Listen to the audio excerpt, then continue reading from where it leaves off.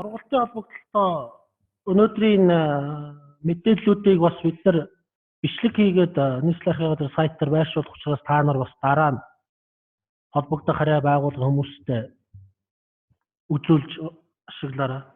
За өнөөдрийн сургалтаар албан бичгүүд урдч мэдээлсэн байгаа. За энэ сургалтын дээр гол яригдах чиглэл маань бол саяхан 4 сарын 24-нд нийслэлийн засаг даргын А252 дугаар захирамжаар нийслэлийн хэмжээнд мөрдөх төр захиргааны байгууллагуудын албан эрхтлийн нийтлэг журам батлагдсан гарсан. За энэ журмыг гол нь та бүхэн сурталчлан таниулах, журмын хүрээнд хэрхэн яаж ажиллах талаар товч мэдээллүүдийг өгөх үндсэн зорилготой байгаа. За тэгээ хөтөлбөрийн дагуу бусад цаг үеийн чанартай мэдээллүүд өгнө. За нэгдүгээрт өнөөдрийн энэ журмын талаар ярихад хамгийн гол журам маань өөрөө албан эрхтлийн шинэ харилцаа цахим албан эрхтлийн програмтай уялдаж гарсан учраас энэ албан эрхтлийн цахим систем буюу e-doc-ыг UB Go-цэгмэн гэсэн онлайн веб програмын ашиглалтын талаар бас та бүхэнд ерөнхийд нь ярих шаардлагатай болж байна. Удирдлагынхаа юг залгасан.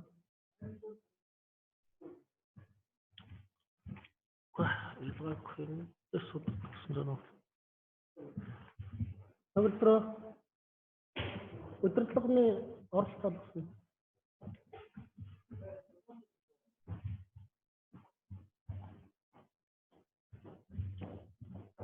За тэгэхээр эхний ээлжинд журмын талаар ерөнхийдөө товч танилцуулъя явъя.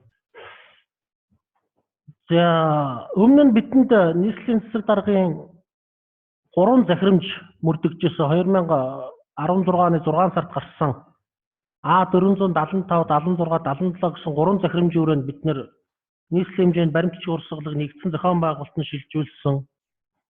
За мөн цахим албан эрхтлийн журам, за мөн цахим тоон гар үсгийн журам гэх 3 юм журам байсныг нэгтгэхэд энэ 252 дугаар захирамж гэж гарсан байгаа. Энэ захирамжаа та бүхэн болж үзсэн байхаа.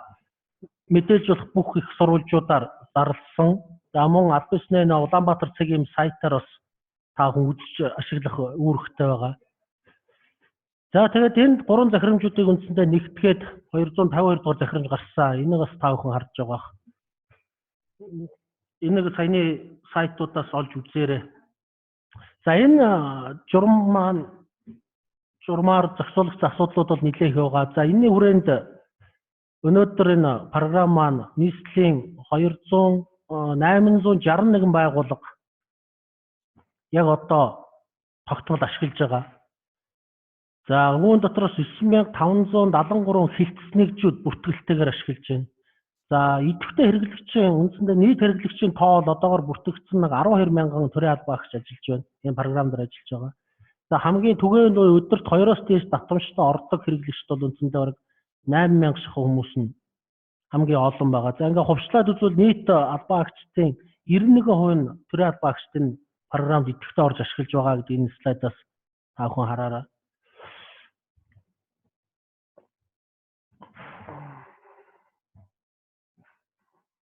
Төгөлдрөө удирдлага ажиллах болчиход байна. За чат ажиллах ажиллахтаа тийм.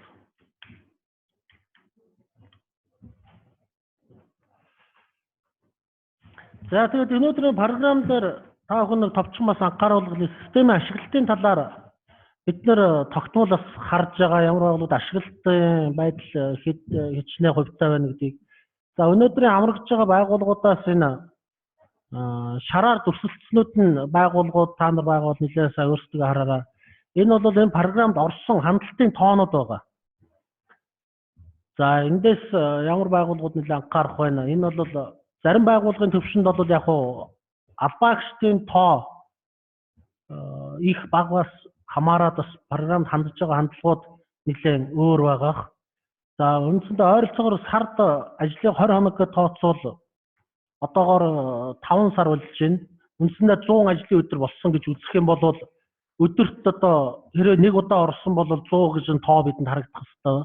Тэгэд одоо жишээ нь хамгийн энэ шараар будсан байгууллагууд жишээ нь аудитын газар ихэд 133 удаа орсон байх жишээтэй. Тэгэхээр энэ байгууллага баг өдөрт нэг л ордог байх жишээтэй.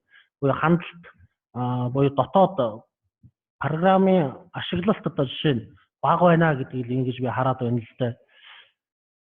Тэгэхээр энэ байгууллагууд энэ үйлдэл дээр бас нэлээд анхаарахгүй бол зөвхөн бичих хэрэгэн л ашигладаг програм шиг ойлгоод байна л дээ. Энэ маань бол албан агчдын баримтчтай ажиллаж байгаа бүхий л албан агчдын ашиглах ёстой. Одоо байнга тогтвол ор гэж хэлэхгүй ч гэсэн өдөрт өглөө нэг бичих цогцсон байдлыг орж хардаг. Үдээс хойш бичиг ирсэн үгүйг нэг өвдөж шалгадаг.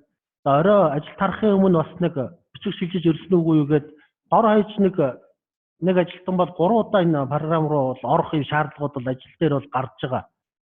Тэгэхээр ийм оролтууд ерөөсө харагдахгүй энэ шараар тэмдэглэсэн газрууд. Ерөөсөө бичих хэрэгэн л ашигладаг, бичих хэрэгэн л орж үзээд хүмүүсийн өмнөөс бичгээ хаагаад ингээд бичиг шилжүүлээд цохоод хэвлээ суугаад байна л гэсэн юм хадлага гараад байна шүү. Тэгэхээр энэ агентлагууд нэлээд анхаараарай. За эндээс ийм мэдээллийг бас харуулах та бүхэнд бас бэлдэж ирсэн. Энэ бол програм нийт орсон албан агчдын тоо гэсэн үг. Хандлтын тоо гэсэн үг. За цөөхөн албан агчтай байгууллагыг бол нэг энд дурдахыг бол зориогүй шүү.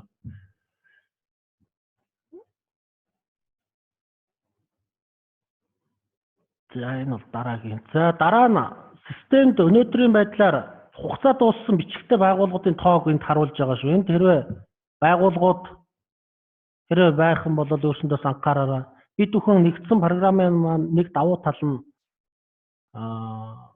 танай байгууллагын хэмжээний баримтчиг эргэлтийг бид эндээс бас харах хянах боломжтой байгаа. Энэ мэдээллүүдийг бид 14 хоног тутамд хотын засаг даргын шуурхай хуралдаанд танилцуулж явж байгаа. Учираас бас урдчил та бүхэнд бас мэдээлж анхааруулж явах юм шаардлагатай байдаг юм аа гэдгийг хэлж байгаа.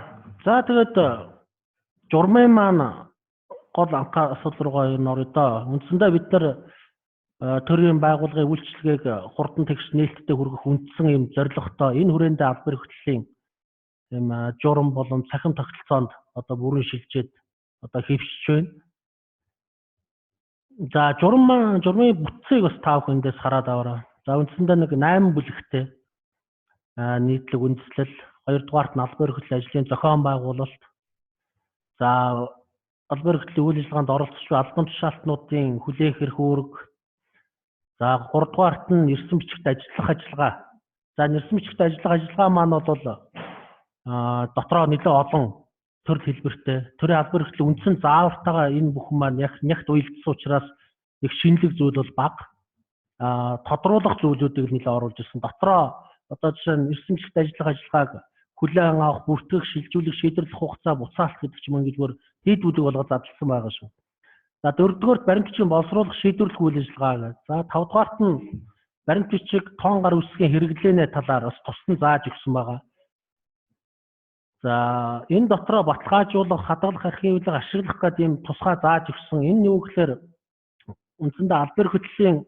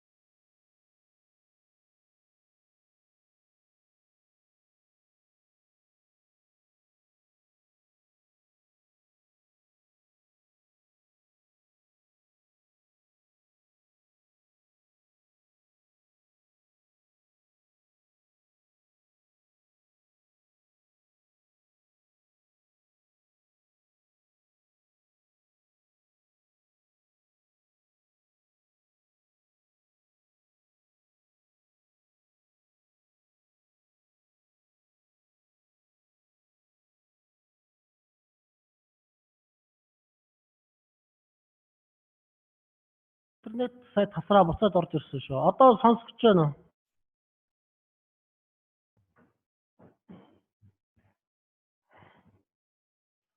За чата хаачих та.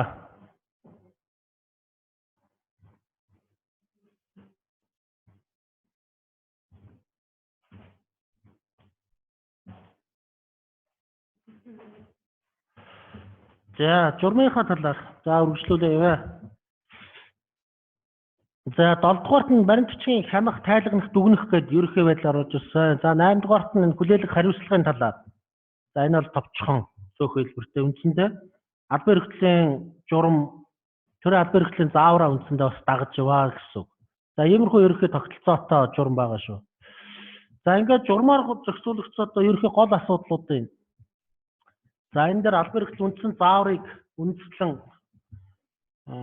цахим орчинд ажиллах асуудлыг бол одоо хамгийн гол асуудал маань энэ тусгаж өгсөн байгаа. Албан эрхтлийн зохицуултыг цахим орчинд. За мөн албан эрхтлийн заавар стандартт одоо нарийвчлан заагдаагүй зарим нэг зүйлүүдийг жоохон тодруулж тусгасан. За мөн нэмээд одоо нийслэлээс баримталж байгаа бодлого шийдвэрийг заавар журамтайгаа нийцүүлж ойлгомжтой байдлаар тайлбарлахыг зорьсон. За цахим болон тоон гарын үсгийн баталгаажсан баримтчид ажиллах талаар бас тусгаж өгсөн байгаа. Энэ маань бол ерөнхийдөө улсын хэмжээнд бол байхгүйсэн. За албан эрхтлийн харилцаан дах нэгдсэн хяналтын тогтолцоо, удирдлага, за үүрэг хариуцлагын талаар. За үндсэндээ ийм ер нь 5 том асуудлыг энэ журмаар зохицуулахыг оролдсон. Нийслэлийн хэмжээнд нийтлэг утгаараа гэдэг утгаараа бас их задлаагүй. За ийм ойлголтууд байгаа. За энэндээс одоо гол зүйлсүүдийн би бас байгууллагын бичгээр архив хариуц ажилтнууд та бүхэн цааш нь дамжуулж ойлгох зүйлүүдийг бас төвөрчл бэлдсэн байгаа. За үүн дотор жишээ нь хяналтын асуудал гэхэд 4 төрлийн зөрчил тооцох юм чиглэл орцсон яваад байгаа. Одоо програм дээр бол бүгд бол тооцоод ажиллаад эхэлж байгаа. Нэгдүгээрт нь стандартын зөрчил, хоёрдугаарт нь систем ашиглалтын зөрчил, гуравдугаарт нь баримт бичгийн шийдвэр хугацааны зөрчил. За дөрөвдүгээрт нь шийдвэрлэлийн зөрчил гэдэг ийм 4 төрлийн зөрчил бид оруулж ирж байгаа. За энэ нь юу гэхээр нэгдүгээрт нь стандартын зөрчил гэдэг маань бол байгууллагын бичих хэргийн ажилтнууд бие биенийхээ ирсэн байгууллагаас байгууллага шилжиж ирсэн бичигт баримт бичиг боловсруулалтын стандартын зөрчил байх юм бол бие биендээ одоо энэ зөрчлийг тооцох ийм боломжтой байгаа. Одоо танай байгууллагын даргын нэр, албан тушаалтны нэр тэрэ буруу бичсэн стандартын ностой алдаатай бичиг танай байгууллагад ирүүлсэн бол илгээсэн байгууллагад та бүхэн өөрсдөө зөрчил бүртгэх гэдэг товчийг дараад тиймний зөрчилтэй байна гэдгийг сонгоод одоо бидэнд илгээж байгаа. За систем ашиглалтын зөрчил бол энэ бол ерөнхийдөө бас бичих хэрэг ажилчид та бүхэн бол өөрсдөө хийж болно. Ихэнх тохиолдолд бол нийслэлийн архивын хяналтын ажилтнуудаас энэ зөрчлийг тооцсон. Үндсэндээ та бүхэн бол одоо бичгээ програмд одоо буруу оруулах, дугаар буруу бичих, хасралт файлуудаа буруу оруулдаг ч юм уу ийм нэг програмтай ашиглах ажиллагааны асуудал дээр одоо юм зөрчил гаргасан тохиолдолд энэ зөрчлийг манайхаас тооцож байгаа. За дараа нь шийдвэрлэх хугацааны зөрчил гэдэг энэ бол үндсэндээ програм автоматар тооцож байгаа. Одоо та бүхний хийдэг програмын нүүрэн дээр зөрчилтэй бичгийн тоо гэдэг. Энэ дээр дараад ороход хугацаа хэтэр шилжүүлсэн шилжүүлээгүй гэсэн юм. Ерөнхийдөө 2 төрлийн зөрчлүүд байнга хэрвээ бичиг шилжүүлээг бол та бүхэн тоо нэмэгдэж харагдаж байгаа. За энэ зөрчлүүдийг илэрхийлж гин гэсэн үг. Энэ бол програмаар автоматар үүсгэж байгаа учраас ямар нэгэн туслах үйлдэл бол байхгүй гэсэн үг. Энэ чигээр ингэж явж байгаа. За бичгийн шийдвэрлэлийн зөрчил гэдэг энэ 5 дахь зөрчил нь бол 4 дахь зөрчил нь энэ нийслэлийн архивын газрын хяналтын ажилтнуудаас хийгдэх зөрчил. Үндсэндээ та бүхний танай байгууллагаас хаагдсан бичгүүдийг нийслэлийн архивын газрын хяналтын ажилтнууд дахиж шалгана гэсэн үг. Зөв хаасан байна уу, буруу хаасан байна уу гэдгийг.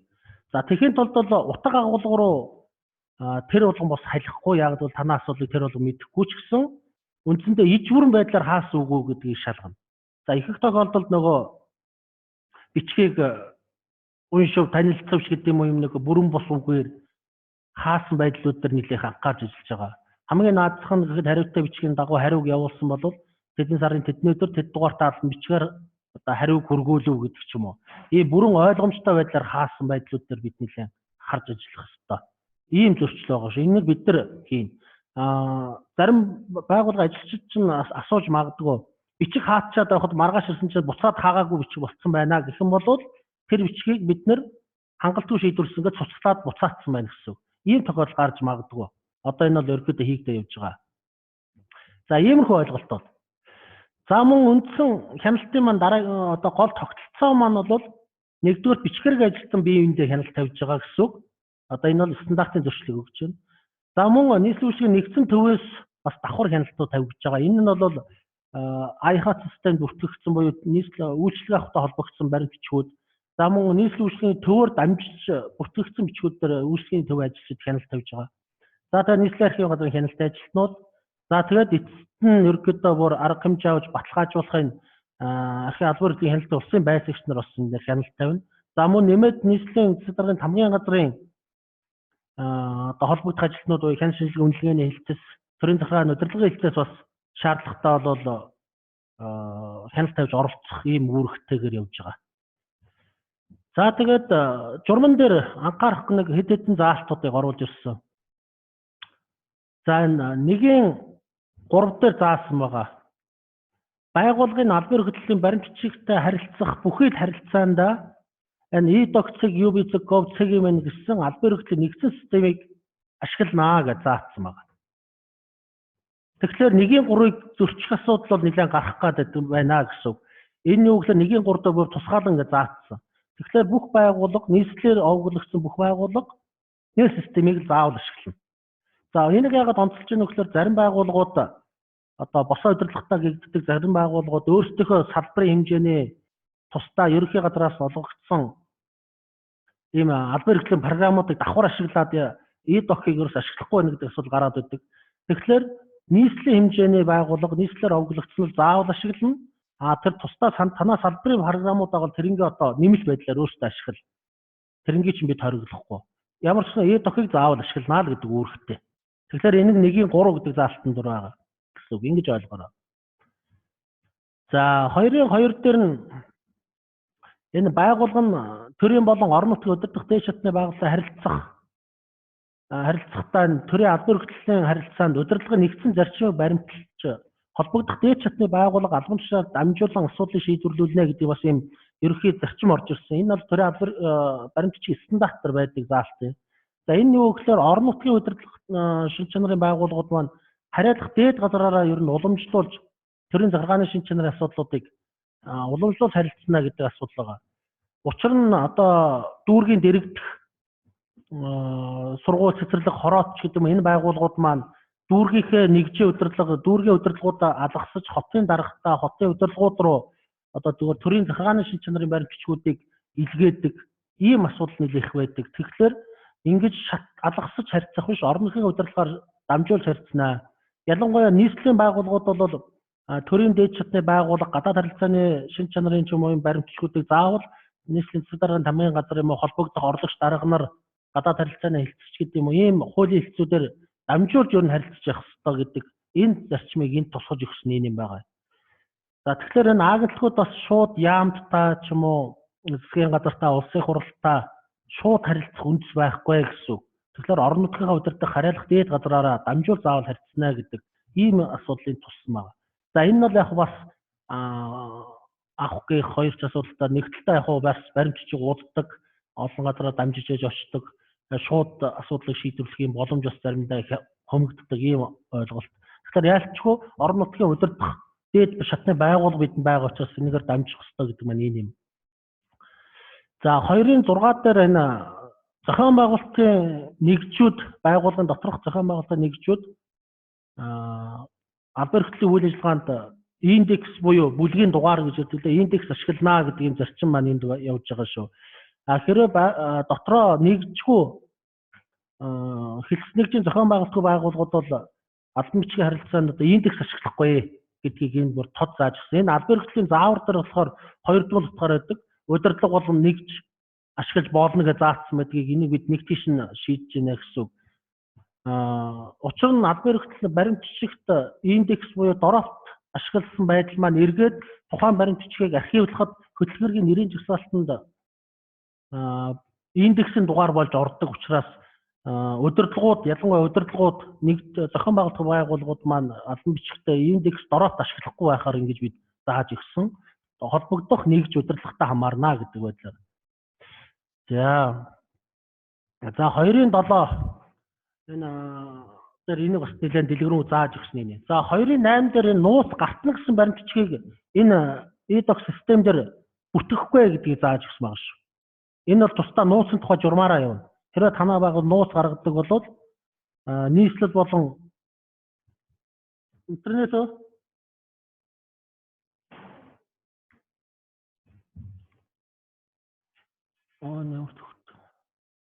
зүгээр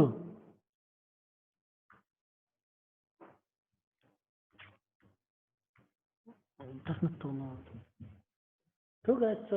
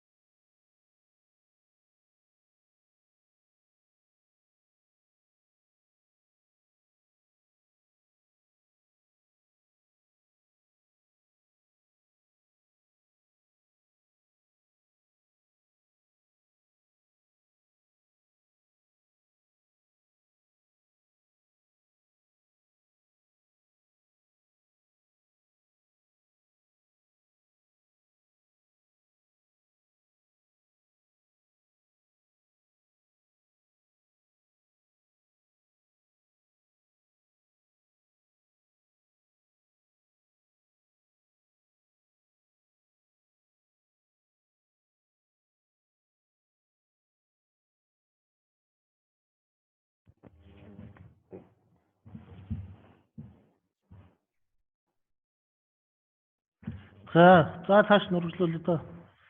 За журмын тэр 2-8 дээр бол нууц гартна гэсэн юу хэсэг байгаа. Энэ бол ийм баримтчгуудыг энэ програмд бүртгэхгүй шүү. Унаас байгууллагын нууцын тухай хуулийн 3-14 15 дээр байдаг тусгай журмаар зохицуулна гэж заасан байдаг учраас нууцтай холбоотой нууц гартна гэсэн баримтчгууд бол тусдаа бүртгэлээр явна. Тэгэхээр зарим байгууллагын бичих хэрэгүүд нэг нууцын нэмэгдэл авах гээд нууцтай гэдээ яваад иддэг. Тэгэхээр тэр нууцаас эргэж хараараа зүгээр нэг байгууллагын зүгээр өөртөө зохиоцсон нууцаар энэ л хамаарахгүй тооцохгүй гэсэн үг.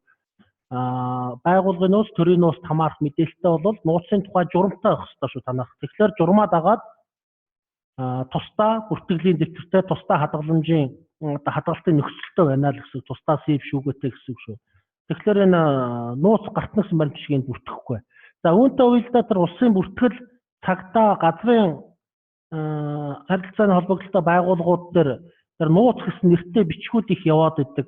Тэр чинь яг үнэхээр нууц үгүй юу гэдгээ та нар өөрсдөө сэргэж шалгаарай. Одоо цагдаагаас ч юм уу улсын бүртгэлээс шүүхийн шийдвэрээс газрын албатай энэ дөрвөн байгууллагаас гардаг энэ хувь хүний мэдээлэлт холбоотой баримтчгууд энэ програмд бас зарим нэг бүртгэгдсэн байгаа. Тэгэхээр эдгээр чинь бол яг нууцын бол нууцын журмаа аваад ирэхэд тийм одоогор үзүүлээгүй учраас энэ бичгүүдийг энгийн бичих гэж бид ойлгоно шүү. Тэр нууцын бол нийслэлийн архивын газарт өгөөрэй. Ийм утга агуулгатай бичгүүд нууцад хамаарж байгаа тийм нууцаар тийм байгууллагаас батлагдсан юм а гэдгээ илэрхийлээд тэгэн бол програм бүртгэхгүй байж болно. Тэр тусдаа уламжлалт байдлаар тэр цаасаараа яваараа. Тийм биш бол эндээ бийж бүртгэж явна шүү. Одоогор нийслэлийн байгууллагуудаас манайх ийм нууцтай гэсэн тийм юм огт ирээг байгаа. Татвараас нууцын баримтчиг бас гарч байгаа. Халамжаас ганц нэг цөөхөн гарна. Эдгээрүүд бол энд орох шаардлага байхгүй. Бусад байгууллага бол одоогор нууц гэсэн юм бол байхгүй шүү. За 4-4-т энэ баримт бичигт арай зүсгийн фонтыг ашиглана гэдэг бүр тусгай үг оруулсан явж байгаа шүү. Энэ нөгөө нэг стандарт дээр Arial болон Times New Roman хоёр үсгийн фонд ашиглана гэдэг юм хоёрдмол байсныг нэг тийш болгосон. Ганц нэг юм хоёрдмол заалтуудыг гэсэн. Тэгэхээр одоо нийслэлийн бүх байгууллагууд дандаа Arial-аар албан баримт бичиг боловсруулнаа гэсэн. Arial үсгийн фондыг ашиглана гэсэн. За 4-5 дахь дээр санхүүгийн холбогдолтой баримт бичгээс бусад баримт бичигт гараар үйлдэгдэг бүрдлүүдийг хар өнгийн ихээр үйлдэг одоо бичнэ гэдэг. Одоо энэ хар өнгийн үзгийн хэрэгсэл ашиглана гэсэн. За санхүүгийн холбогдолтой гэдэг нь бол зарим баримт бичгүүдийг бол цэнхрэнгөр зурхыг сангийн амнаас шаарддаг учраас энийг бид орхисон, хассан гэсэн. А бусад одоо тэр бичгийн дугаар, огноо, гарын үсэгт санхүүгээс бусад тэр дандаа хар өнгийг ашиглараа л гэсэн. Тэгэхээр хамгийн наадах нь янз бүрийн баримт бичгийн бүртгэлүүд дээр хүртэл өөр өнгийн баримт үүсгэн бол ашиглахгүй шүү гэдгийг ингээд 4-5 дахь заалтаар зохицуулаад өгсөн байгаа нь юм байна. За дараа нь энэ 3-3-1 дээр баримт бичиг хүлээж авах их үүсвэрүүд нь бол нийслэлийн үйлчлэгээний төв ба салбар нэгжүүд гэж заасан байгаа. Энэ нийслэлийн үйлчлэгээний одоогоор 3 төв ажиллаж байгаа. Одоо эх сараас 7 буудал дахиад нэг төв нэгдэх гэж байгаа. Тэгэхээр энэ олон төвүүд цаашдаа нэгдэхийг үгүйсэхгүй учраас энэ салбар нэгжүүд гэж оруулж өгсөн юм шүү. За дараа нь тухайн байгууллагаас авч болно гэж заасан байгаа. Энэ бол бас бид тухайн байгууллага авч болохгүй гэж хориглож чадахгүй. Учир нь нөгөө улсын байгууллага, хувийн байгууллагууд маань зарим тохиолдолд байгууллага дээр ирэх юм тохиолдолд гарах учраас бид нэр тэр байгууллагуудыг заавал нийслэлийн түвшин нэгдсэн төв рүү одоо 100% бол шахаж чадахгүй. Үндсэндээ тогтмол бол шахна, үйлчлэгийн төвүүдээр бичиг аавна. Цөөн тооны зайлшгүй шаардлагатай баримт бичгүүдээр яг байгууллага дээр ирэхэд бас үгүй гэж хэлж чадахгүй болчиход байгаа. Бас иргэдээс бухимдал ирдэг учраас.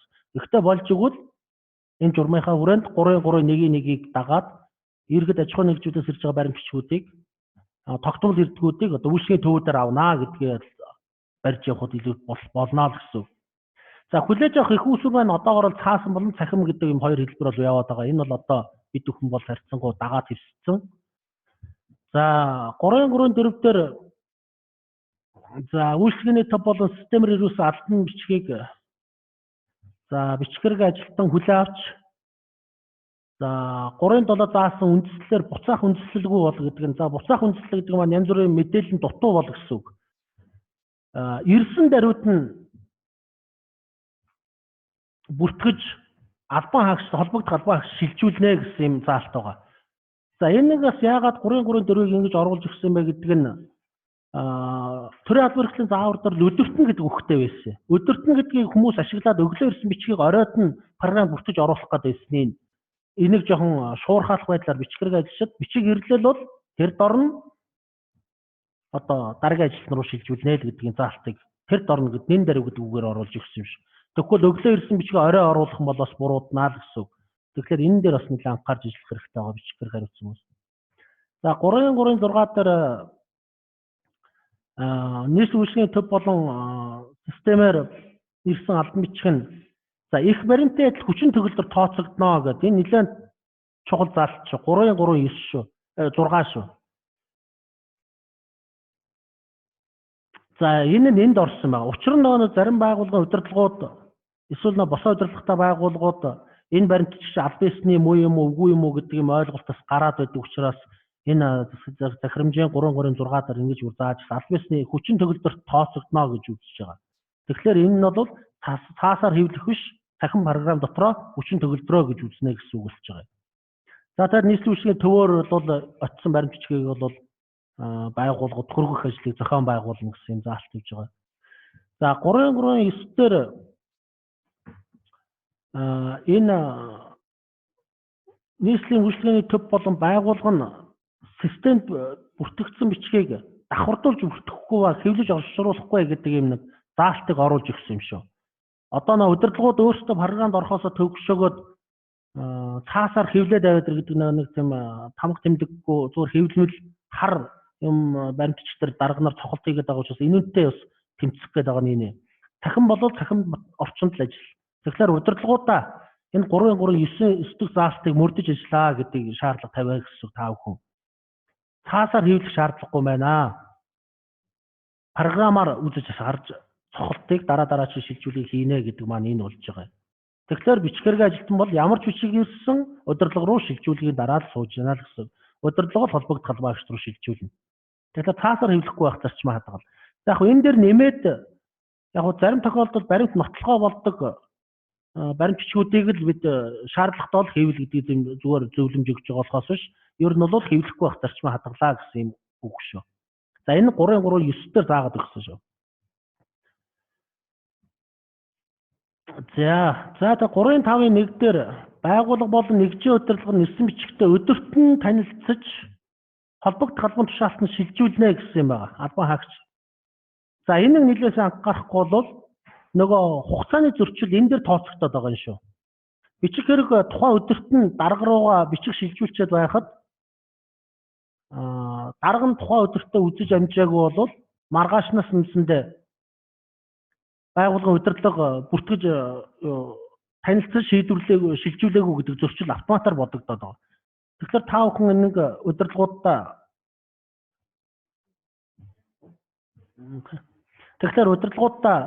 хэрвээ удирдлагууд яг байнга байхгүй ч гэсэн гадуур явж байгаа тохиолдолд бичиг шилжүүлсэн гэдгийг мэдээлж явах хэрэгтэй. Энэ програм маань гар утаснаас орох боломжтой учраас гадуур явж байгаа тохиолдолд ч гэсэн гар утсаараа та бүхэн ороод шилжүүл болдог. Ийм зохицуулттай шүү.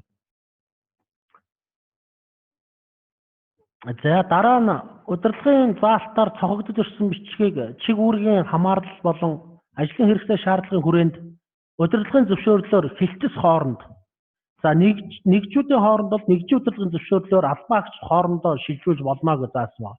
Энэ нь юу гэхээр зөвхөн цохолтын шилжүүлсэн албаагчийн зөвшөөрлөөр удирдлагын зөвшөөрлөөр хоорондоо бичиг шилжүүлнэ гэсэн.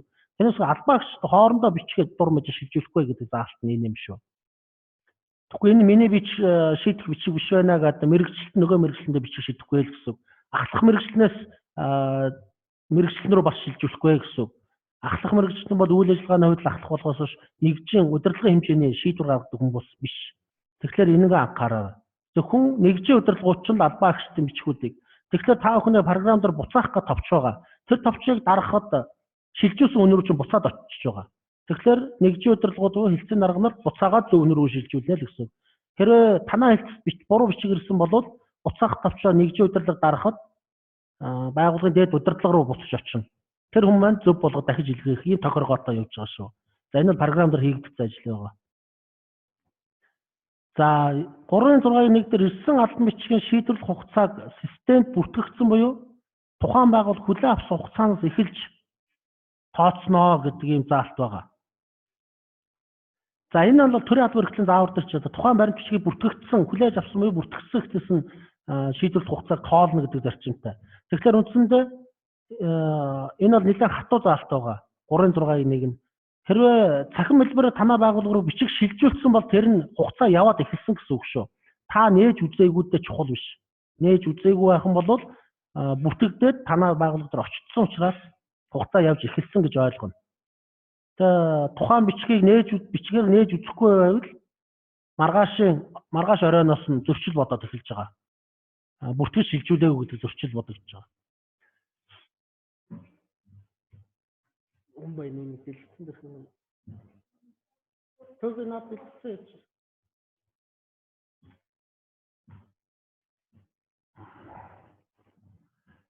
За ийм асуудлаас бичгэрэг ажилтнаар үүсэж байгаа шүү.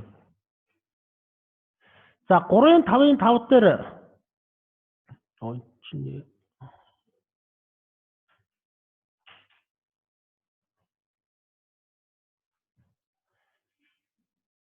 за тэр 3-5-5 дээр би орхисон маань дээд шатны байгууллагаас хариуг түүгээр хөргүүлэх тухай ийм заалт цохолттой бичиг шилжүүлж ирсэн.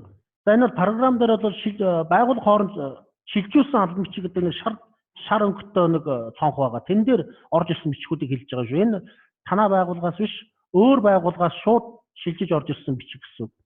Ингэж орж ирсэн бичгүүд ихэвчлэн хариуг түүгээр хөргүүлэх мэ иргэд танилцуул гэдэг утгатай байдаг учраас ийм тохиолдолд хэрвээ хариуг түүгээр хөргүүлгээд бичих хүлээгээд автсан бол та бүхэн хариугаа өгөөд бичгээ хаана нэмэх нь дэд удирдах байгууллагадаа эргэж танилцуулах юм заавал орсон нь энэ юм шүү. 3-5-5 дээр. Эргэж заавал мэдэгдэн. Хэдийгээр хариуг түүгээр хүргүүл гэдэг үүрэг аваад хариуг нь өгсөн ч гэсэн эргүүлж бас мэдэгдэж явах хэрэгтэй.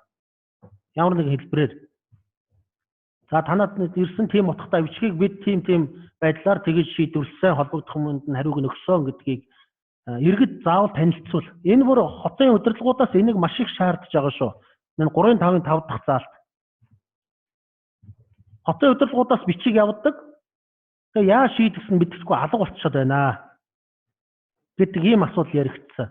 Хэдийгээр хотын удирдлагуудын туслахууд бол яг танаа шийдсэн хэлбэрийг харж болж байгаа ч гэсэн дарга нарт өөрт нь ер нь яаж хийж байгаа танилцуулж бай. Тэгэхгүй бол надаас бичиг явуулдаг одоо шийдсэн юм шийдэв нь мэддэхгүй байна гэдэг ийм бас бидэнд бас програм дээр тусад нь зориулж програм хүртэл хийлгүүлсэн, тайлан хүртэл хийлгүүлсэн байгаа удирдлагууд. Тэгэхээр энэ хотын засаг дарга, тамгын дарга, орлогч дарга нар иргэдийн хурлынхнаас төлөөлөгч нарын бичгүүдэд эргэж заавал хариу мэдэгдэж явахгүй болохгүй байгаа шүү. Тэгэхээр энэ бүр 3-5-5 гэдэг заалт болгож оруулсан энэ юм шүү. За тэгээд дараагаар нь 3-6-гийн 1-2 дээр янз бүрийн нэмэлт баримт мэдээлэл шаардсан тодруулга, лавлгаа авч бусад байгууллага хамтран судал шийдвэрлэх буюу одоо хариутай бусад байгууллага хамтран шийдвэрлэх баримт бичгийг хойнлын 31-аар авсан юм шүү. Энэ хойнлын 31 гэдгийг зөвөр ойлгоорой.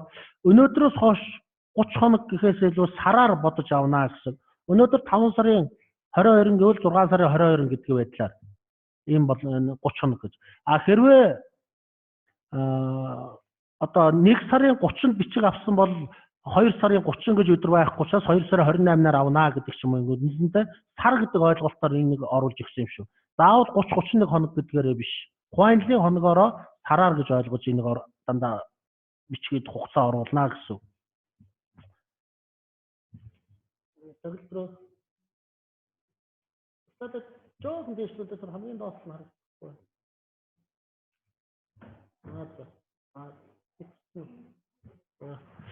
За 3-7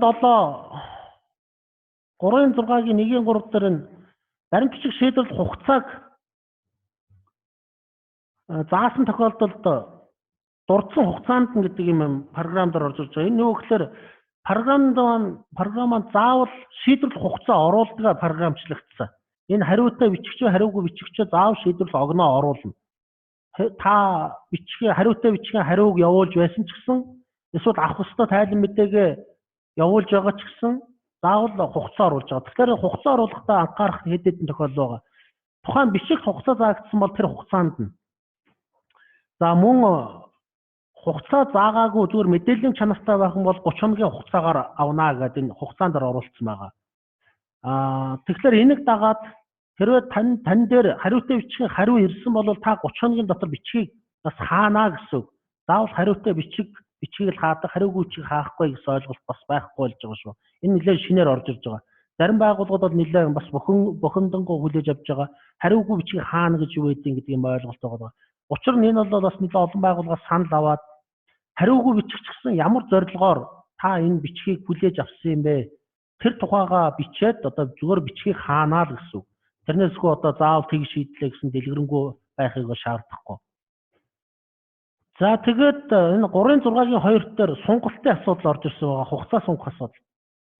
Баримт бичгийг одоо хугацаа сунгах шаардлагатай бол одоо төрийн албан хөрөлийн заавраараа 3-аас доошгүй хоногийн өмнө цаад байгууллагада мэдэгдэж байгууллагын удирдлагын зөвшөөрлөөр зөвхөн нэг удаа дээд тал нь 30 хүртэл хоногийн хугацаагаар сунгаж болно гэж заасан байна. За тэгэхээр энэ сунгалтыг одоо яаж хийх вэ? Одоо нийслэлийн архивын газар л уцалдахгүй.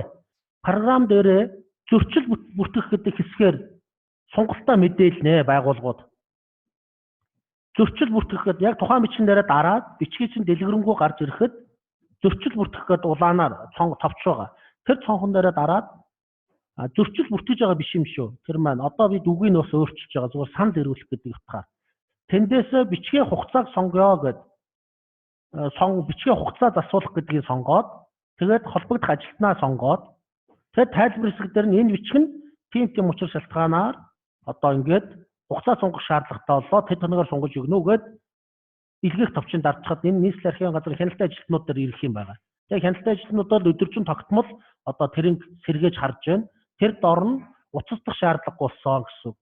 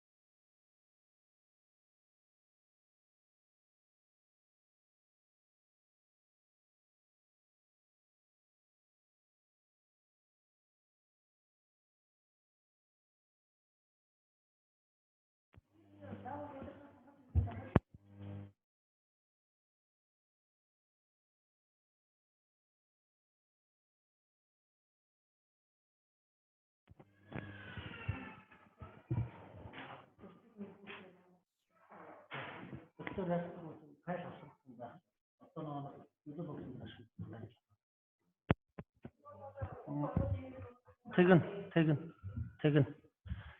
За тэгэхээр энэ дээр ийм зохицуул.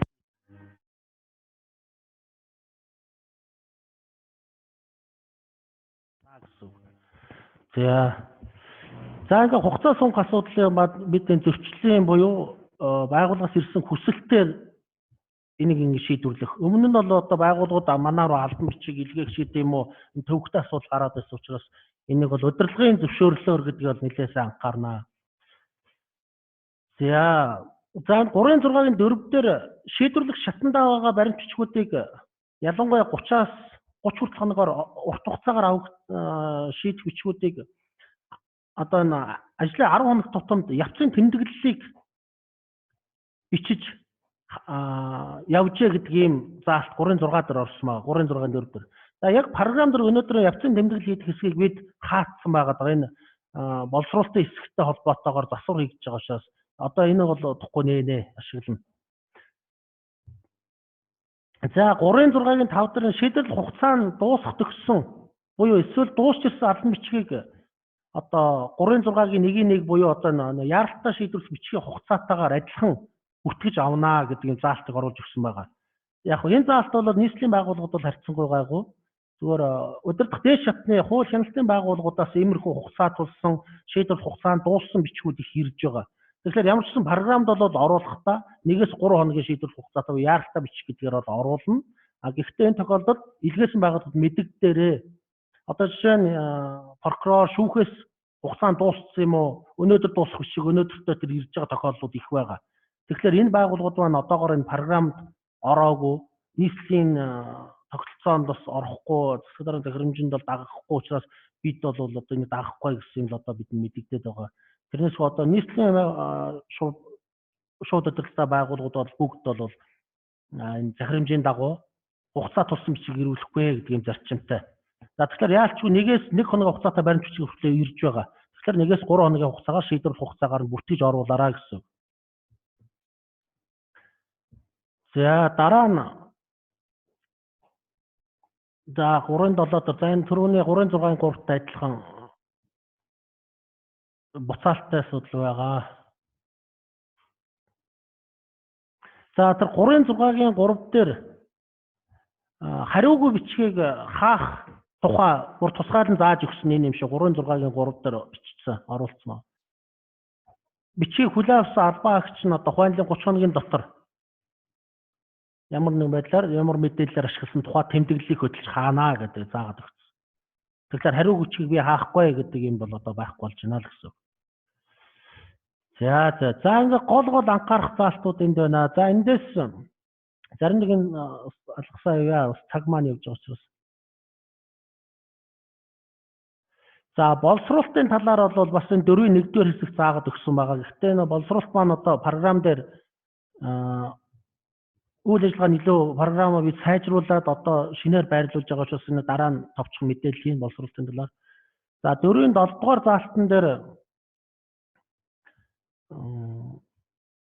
энэ байгууллагын эрхлэх асуудал үндсэн үйл ажиллагаа одоо хамааралгүй асуудлаар системээр ирүүлсэн албан бичгийг илгээсэн байгууллагад нь одоо мэдэгдэж хааж ажиллана гэдэг юм заалт орсон байгаа. Энэ юу гэхээр нөгөө нэг танай байгууллагад хамааралгүй асуудлаар бичиг ирсэн тохиолдолд буцаана гэсэн ойлголт байхгүй гэсэн. Танай байгууллагын нэрээр хаяглагдсан бөгөөд асуудал нь өөр байх юм бол өөр байгууллага руу та хүмүүс шилжүүлэхгүй энэ чиг үүргийн асуудал манад хамаагүй гэдэг байдлаар одоо хаана. А зөвхөн өөр байгууллагад явуулах гэсэн бичгийг андуурж илгээсэн бол харин буцаалгаж болно. Ийм ялгаатай ойлголт байна 4-7. За тэгээд 4-8 дээр бас албан бичгийн хариуг өгөхдөө зөвхөн албан бичгээр бус өөр хэлбэрээр хариу өгсөн бол энэ тухай заавал дэлгэрэнгүй бичиж хаана гэсэн үг байгаа. Харин утсаар ярьсан ажлын байран дээр бичилж уулзаж бичгийг нь хариуг шийдвэрлсэн бол энэ тухайга заавал дэлгэрэнгүй бичээрэй гэсэн.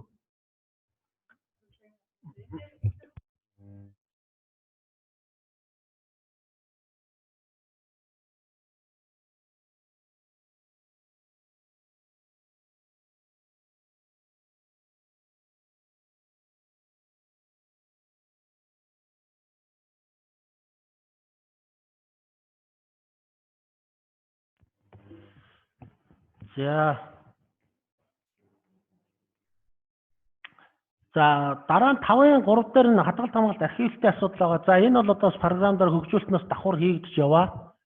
Одоогоор та бүхэн бол шинээр бичиг бүртгэхдээ тухайн бичиг хэрэг ажилчид шинээр бүртгэл хэсгийн баруун захад хөтөлбөрийн нэрийн жагсаалтын хэдэд хамаарах бичиг бай гэдгийг сонгож явж байгаа. Энэ бол байгууллага өөрсдөө арчивидо програмаараа хөтөлбөрийн нэрийн жагсаалтаа оруулсан тохиолдолд бол танаа явуулж байгаа бичигч нь хөтөлбөрийн нэрийн жагсаалтыг хэд дээр хамаарах вэ гэдгийг сонгогдож явж байгаа. Энэгээ бас та бүхэн давхар ашиглаж яваар. Одоо энэ хэлбэр маань давхар бичиг хэрэг дээр бүртгэгдэхэд ашиглахаас гадна бичиг хаасаа ажилтан бас энийг давхар ашиглах юм шаардлагатай болцсон байгаа шүү. Тэгэхээр байгууллагууд хөтөлбөрийн нэрийн жагсаалтаа оруулахдаа анхаараарай. За энийг дараагаар хөтөлбөрийн нэрийн жагсаалт боловсруулах талаар мэдээлэл өгөхөд бас яригдана. За дараа нь 5-4 дээр энэ ашиглах гэдэг ойлголт орж ирж байгаа. Энэ юу вэ гэхээр танаа байгууллага дээр ирсэн бичиг хэрвээ шийдвэрлэгдсэн юм уу шийдвэрлэгдэх гээд явж байгаа болоод нийслэлийн үйлчлэгээний төвүүд дээр иргэдэд мэдээлэл өгдөг болсон гэсэн үг шүү. Энэ нь 5-4-1 дээр заасан. Энэ юу гэхээр одоо нийслэлийн үйлчлэгээний нэгдсэн төвүүд дээр өдөрт дунджаар 3 төвөөр 20 орчим хүн утсаар болон биечилж ирж миний тэр байгууллагад өгсөн бичиг хаана ямар шатандаа явж байна гэдгийг асуу тодруулж лавлгаа авдаг болцсон. Өдөрт үндсэндээ 20 гаруй хүн ирд юм байлаа утсаар болон биечилж. Тэгэхээр танаа систем рүү програм руу ороод танаа бичгийг хараад таны өгсөн бичиг одоо энэ нийслэлийн эрүүл мэндийн газрын тим ажилтан дээр явж байна. Утсын нөгнөө эсвэл тэгж бичиж хаасан байна. Ийм хүн хаасан байна гэдэг мэдээллийг энэ 3 төвөөс өгж байгаа шүү. Тэгэхээр та бүхэн нэгдүгээр тэр байгууллагын бүртгэл дээр өөрсдөө мэдээллийг үнэн зөв оруулаарай. Хоёрдугаар бичгээ хаахтаа иргэнд ойлгомжтой байдлаар хаагаарай гэж хэлэх гээд байгаа юм. Энэ 3 төвөөс мэдээллийг өгж байгаа. Одоо бүр цаашлаад иргэд өөрсдөө интернет рүү ороод бичгийнхээ шийдвэрлэх явцыг харах юм боломжийг бас олгохоор бид нар програм дээр хөгжүүлэлт хийж байгаа. Их юм боломжийг бас судалж байгаа. Тэгэх юм бол өөрсдөө интернет рүү ороод одоо бичгийнхээ тусгай дугаараар миний бичиг тэр байгууллагын тэр ажилтан дээр байна уугүй юу гэдгийг юм харах боломжтой байгаа шүү. Одоо бол энэ 3 төвөр мэдээлэл өгж байгаа учраас шийдвэрлэлтүүдэд дэлгэрэнгүй ойлгомжтой бичээрэй гэдэг нь энэ шүү. 3-5-4 дээр. За явсан бичигтэй ажиллах асуудлын 6 дугаар зүйлд байгаа.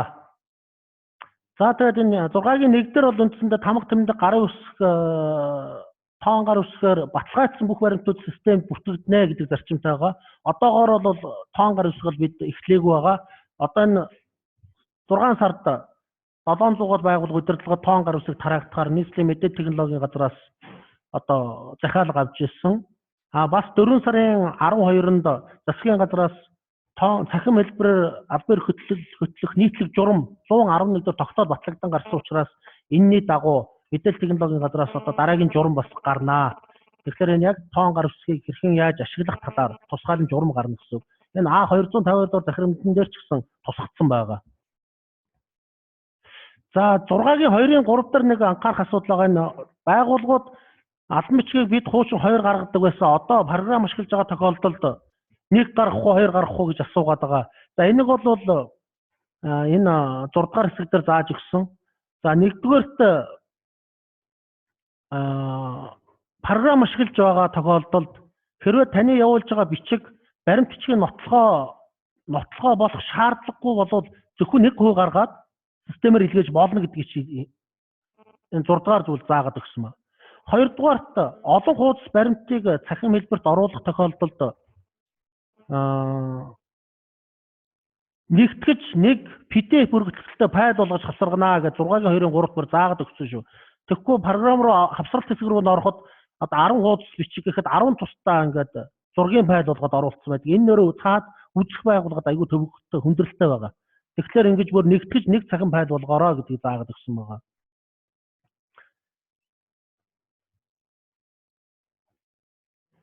За тэгээд 6-гийн 2-4 дээр болохоор энэ зохицуулсан асуудал нь систем ашиглалтын зөрчилтэй холбоотой. Одоо байгууллагын нэрийг бүрэн гүйцэд уншилгүйгээр програм дээр одоо 3-гаар бүртгэгдсэн байгууллагын нэрийг сонгоод бичиг явуулаад байгаа. Энэ нэг 6-гийн 2-4 дээр зааж өгсөн.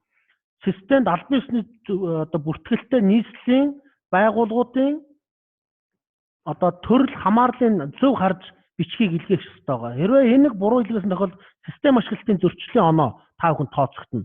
Яг бол нийслэлийн засаг даргын тамгын газар гэхэд тамгын газар руу бичиг явуулах гэж байгаа зүгээр өөр үсгийн алдаатай бичигдсэн зур хувь хүмүүсийн бусад байгууллагуудын хийсвэрээр оруулсан байгууллагын нэрийг аваач сонгож илгээгээд байгаа юм асуудал байгаа. Учир нь ардаа байгууллагын нэр болгон маань төрөлтэй байгаа. Энэ бол нийслэлийн засгаар хэрэгжүүлэх агентлаг маа. Энэ бол програм ашигладаг газар юм аа гэдэг. Энэ бол хувийн байгууллага маа гэдэг юм ардаа өргөдөлттэй байгаа. Энийгээ зөв харж илгээхгүй бол ийм асуудал гараад байгаа. За хоёрдугаарт бас байгууллагын албан тушаал хилцсэн нэр дээр бичиг явуулах тохиолдол их гардаг. Энэ тохиолдолд тухайн байгууллага руу илгээх болохоос биш одоо нийслэлийн засаг даргын тамгын газрын төрийн сангийн хилцэд гэдэг бичгийг зөвхөн тамгын газарт зориулж илгээх болохоос биш програм дээрээс одоо төрийн сангийн хилцэд гэдэг шинэ байгууллагын нэр өөрөө бичиж зохиогоод илгээх гэж оролдоод байдیں۔ Энэ нөрөө буруу. Яагаад гэвэл засаг дарга одоо хилцсүүд маань зөвхөн тамгын газрын бичих хэрэгээр энэ бичгийг дамжиж дотроо хуваарлагдж байгаа учраас зүгээр бичгэн дээр бол тэр нэгжийн удирдлага хилцээний дарга албан агчийг бичиж болох ч гэсэн байгууллага руу илгээхдээ зөвхөн тухайн байгууллагын нэрийг сонгож илгэв. Ялангуяа дүүргүүд дээр бас энэ их гараад байгаа. Дүүргийн одоо нэг үйлдвэр үйлчлэгийн хилцэс гэдэг бичиг явуулахдаа програм дээрээс үйлдвэр үйлчлэгийн хилцэс гэдэг үг олж аваад илгээчихэдэг. Тэр нөрөө тийм байгууллага байхгүй. Тухайн дүүргийн доторх нэгж учраас тухайн байгууллага руу бичиг илгээнэ гэсэн үг шүү. За энэ 6-гийн 2-4 3-аар бас зохицуулж өгсөн.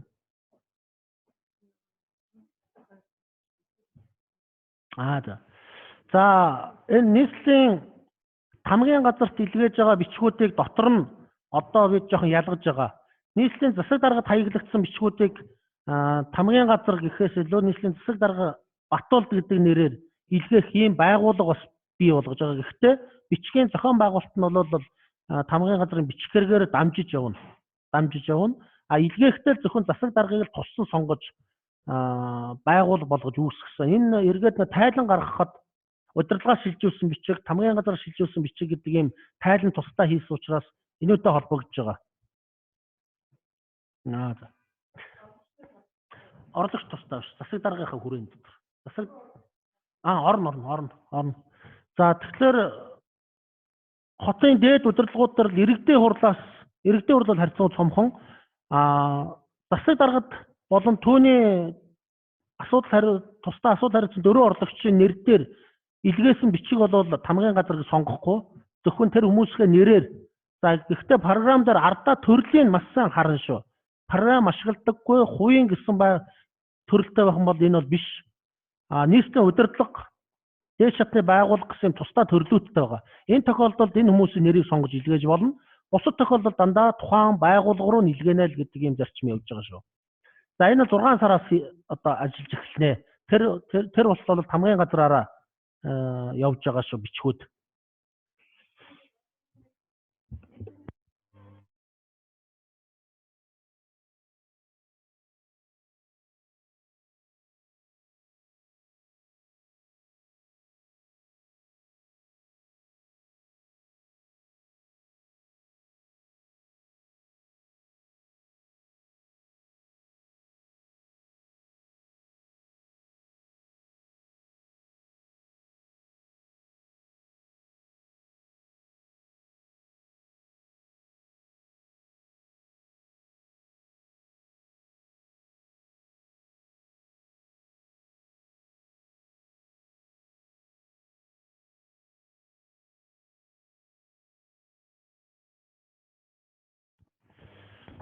За энэ төгөлдрөө нөө. Чат дээр яриа сонсолж байна уу?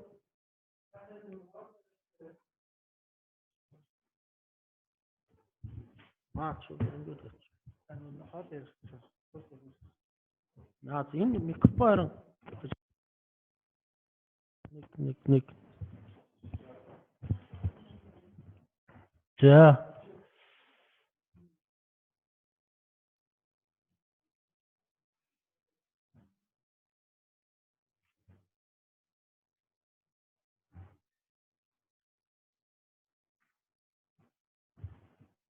За 6-гийн 2-ын 6 дээр нэг заалт байгаа нь хариутай чи шийдвэрлэж системээр хариуг илгээхдээ шийдвэрлэх хугацааг нь 30 хоногоор сонгоно гэсэн заалт байгаа шүү.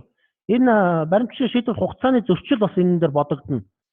Учир нь хариутай бичгийн хариуг буцаагаад одоо хариуг бичих гэсэн үг шүү. Үндсэндээ юмны хариу явуулж байгаа учраас явуулахдаа шийдвэрлэх хугацааг нь програм дээр ганц хоногоор өгчөхөд нөгөө хүлээж авч байгаа байгууллага нь эргээд тохирчиж байгаа.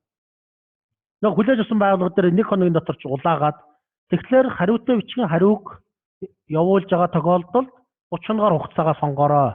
Тэр ингэхгүй бол танаа байгууллага дээр зөрчил тооцож байгаа. Шийдвэрлэх хугацааны зөрчил. Үндсэндээ хариу нэхэж бичиг явуулсан биш өөрөө үндсэндээ ингээд зөрчил авах болчих гээд байгаа цаад газар маань. Тэгэхээр энийг бас нэлээсээ анхаараа. За тэгээ 6-гийн 3 дээр илгээх асуудал. Гар үсэг зурагтад тамга тэмдэг болон одоо тоон гар үсгээр баталгаажсан баримт бичгийг өдөртөн системээр илгээнэ гэд. Энэ өдөртөн гэдэг үг маань төрийн албан ёслолын заавар дарс байдгийг. Бүртгэгдэж дугаар авсан баримт бичгийг өдөртөн илгээнэ гэд. Учир нь энэ 6-гийн 3-ын 1 дээр юу гэж оруулсан гэдэг маань 2 хоногийн өмнө дугаар аваад гартсан бичгийг өнөөдөр явуулаад хариу нь маргааш нэхэхээр байдаг байхгүй. Тэгэхээр энэ харилцаан дээр зөрчил бас бодохоор оруулж өгсөн юм. Та яагаад тухайн гарсан дугаар авсан өдөртөн бичгийг явуулаагүй юм бэ? Тэр өдөртөн явуулсан бол та түлээж авах газар маань шийдвэрлэх бас боломжтой хугацаатай байх байсан. Тех боломж өгөхгүйгээр дугаар аваад бичгээ гаргачаад байж ирсэнэ ганцхан хоногийн өмнө илгээнэ гэдэг маань нөгөө цаад газар маань нөгөө судалж шийдвэрлэх боломжтой хугацаа гэдэг юм нь олгогдохгүй болчихж байгаа. Тэгэхээр энэ 6-гийн 3-ын 1 дээр энэ асуудлыг оруулж ирсэн. Хэрвээ энийг зөрчсөн бол ганцхан хоногийн хугацаатай бичиг явуулаад тэрнийхээ явуулсан бичгээ баг хэдэн цагийн дараа хариуг нь нэхэх юм бол тань дээр бас баримтчийн шийдвэрлэх хугацааны зөрчил гэдэг юм бас бодно гэсэн үг. Энэ бас нэлээсээ анхаараарай. За энэ илгээж байгаа бичгэрэг ажилтан бас танд хамаатай болчихж байгаа шүү.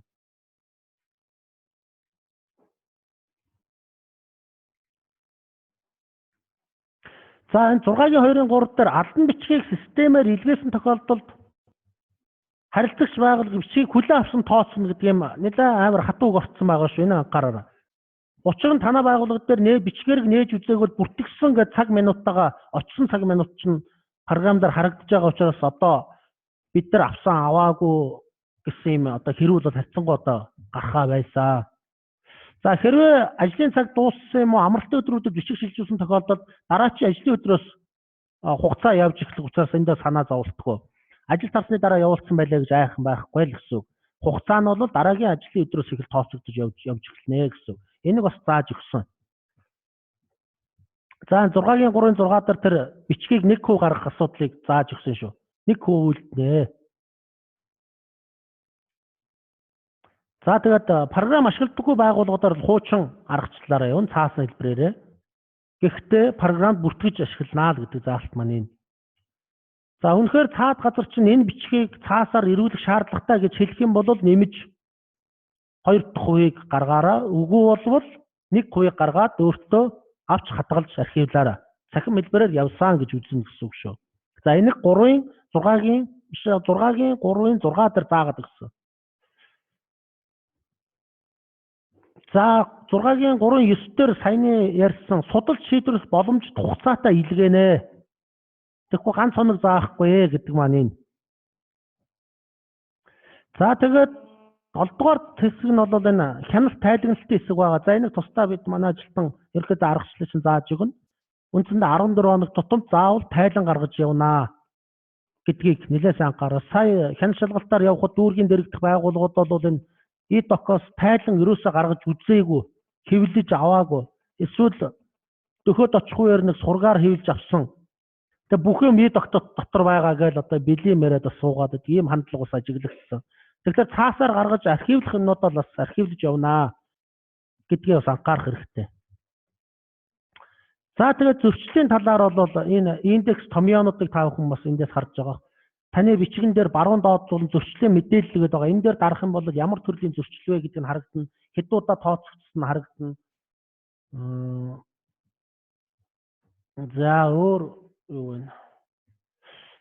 За тэгээд зөрчлүүдийг бид үндсэндээ 4 том зөрчлөөр бодож үзнэ. Байгууллагын бичгийн хандлтын индекс, шийдвэрлэлийн байдал, шийдвэрлэлтэй хугацааны зөрчил, за мөн шийдвэрлэлийн зөрчил гэсэн 4 үндсэн зөрчлийг нийлбэрийг танай байгууллагын индекс гэж үзнэ.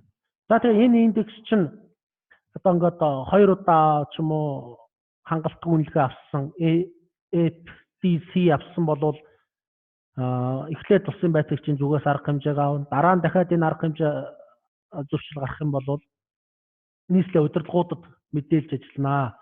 Тэндээс арга хэмжээ авагдах байхаа гэдэг байдлаар ийм томьёотойгоо байгаа шин журмын томьёоны хэсэгтээ бас сайн танилцаарай. Үндсэндээ танаа дээр ирж байгаа бичгүүдийн бичигт орж хааж байгаа байдлыг чинь бид индекс болгож гаргана. Цаг хугацаанд шийдэж байгаа байдлыг чинь индекс болгож гаргана. Шийдвэрлэлт ерөнхий төлөвийг чинь индекс гаргаж байгаа. За ингээ хаасан байдлыг чинь гэдэг ийм 4 том одоо үндсэн хэсгийг хувьчилж бодоод за хандлт бол үндсэндээ 1% гэж үзнэ. Шийдвэрлэлтийн индекс нь 2%. Шийдвэрлэлтийн хугацаа нь тэг 125%-аар. За бүр хамгийн эцсийн шийдвэрлэлт бол бүр тэг 145%-аар. Буюу ингээд нэг бүхэл байх ёстой гэсэн үг. Үндсэндээ нэг бүхэл байвал хамгийн сайн. Нэг бүхлээс багасах тусам танай байгууллагын баримтчдын индекс буурж байна гэж ойлгоно шүү. За энэ журман дээр нэлээд дэлгэрэнгүй бичсэн учраас та бүхэн энийг хараа. За ингээд энэ дөрвт зориулж бид нар зөрчлийн оноо тооцож одоо явж байгаа. За зөрчлийн оноог бид 4 сарын 24-нд А252 захирамж гарсан учраас энэ захирамжаас хойш одоо албан ёсоор тооцож эхлэхээр програм дээрээс арчигдсан байгаа. Тэрнээс өмнөх зөрчлүүдийг бүгдийг арилгасан. Гэхдээ түүхч бол хадгалагдаж үлдсэн. Яг зүгээр танд бол тийм идэхгүй ч юм уу саар дөнгөөр харагдана. Энэ бол хуучин одоо авч ирсэн зөрчил. Одоо тэгэхээр тэр өмнөх 4 сарын 24-өөс өмнөх үеийн зөрчлүүдийг битгий гаргаараа гэдэг байдлаар 4 сарын 24-өөс хойш зөрчлүүдийг чинь үндсэндээ тоолж агаад ямар арга хэмжээний тэр рүү орох байх. Ерөө зөрчил авахгүй бол авахгүйгээр явнаа гэсэн. За ерөөхдөө журмын яг та бүхэн хамаатан анхаарах хэсгүүдийг би ингээд төвчлээ танилцуулж байгаа. Тэгээд журмаа ижбүр уншаараа бусад асуудлуудыг бид орхицсан яваад дуртаагүй байгаа шүү. За ингээд цаг явж байгаа дараагийн мэдээлэл хэсэг рүү оръё.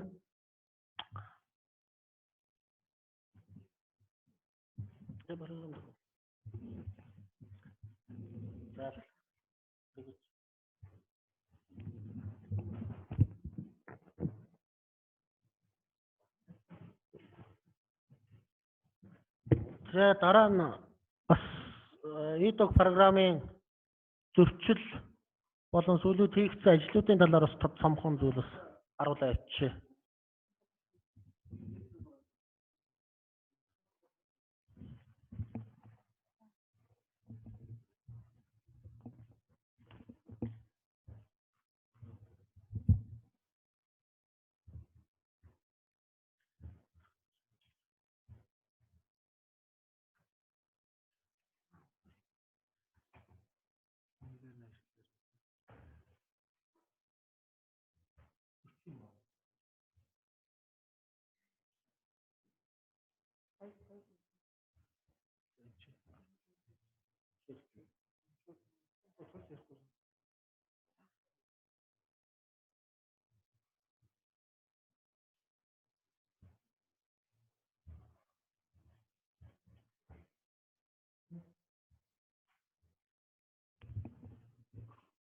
За сайн байцгаана уу.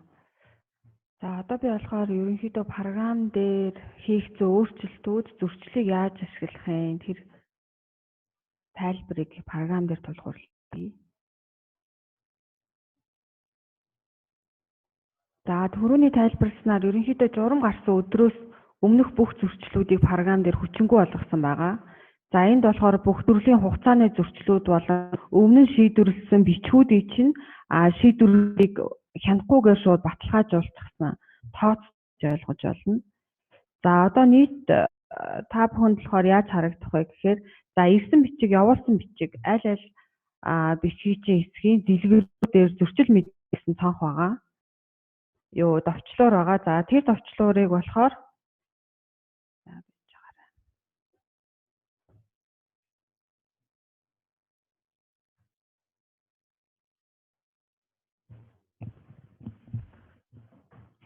за юу аль нэг бичиг дараад орчихъя. За зөрчил бүртгэх гэсэн сонголт байгаа. За ерөнхийдөө зөрчил маань болохоор ямар хэлбэрээр тооцогдох вэ гэхээр тухайн одоо байгууллагын бичиг хэргийн ажилтан за нэг бол зүгээр энгийн албан хаагч дарга удирдлага хинч байсан хамаагүй зөрчил бүртгэх цонхон дээр дараад за эндээс ямар төрлийн зөрчлийг гаргасан бэ гэдгийг зааж өгнө. За энд болохоор цаана програм дээр хин нэгэн албан хаагчид одоо манай хяналтын ажилтнууд бол хин яг энэ зөрчлийг гаргасан албан хаагч нь хин юм бэ гэдгийг тодорхойлох үйлдэлийг бол хийн. Та нарын зүгээс бол зөвхөн зөрчлийнхөө нэр төрлийг сонгоод за ийм зөрчил энэ бичгэн дээр байна гэдгээ зааж өгөөд илгээх боломжтой. За тэгэхээр ингээд илгээгдсэн зөрчлийг болохоор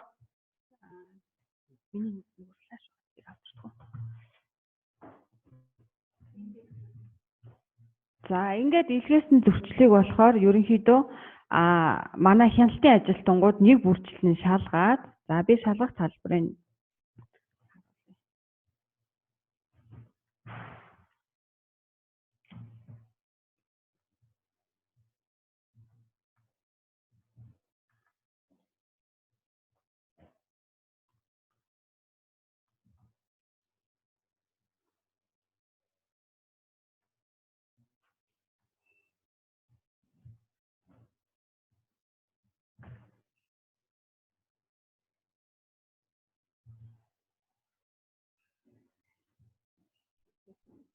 орсон юм уу?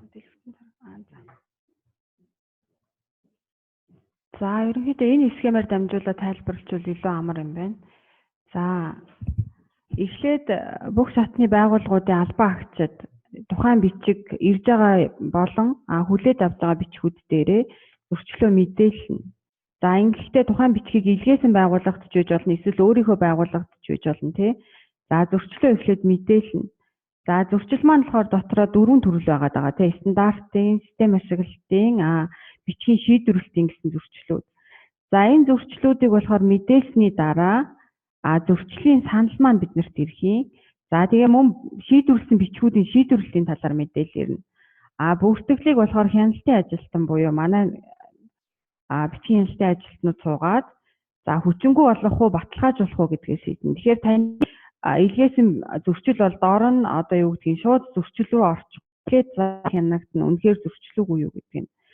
За доод талын хэсэгт болохоор за доод хэсэгт болохоор тэр шийдвэрлэх хугацааны гэсэн 4 дахь төрөл нь харагдаж байгаа.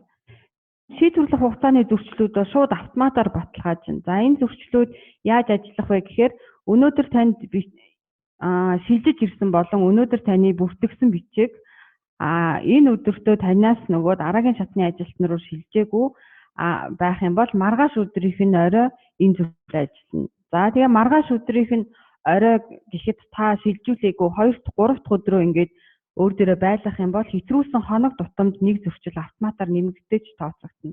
Тэгэхээр 5 өдөр хэтрүүлсэн бол одоо 4 зөрчил ч юм уу гэд шийдвэрлэхгүй байх тусам ч нэг бичгэн дээр одоо хэдэн ч зөрчил тооцогдож болно гэсэн.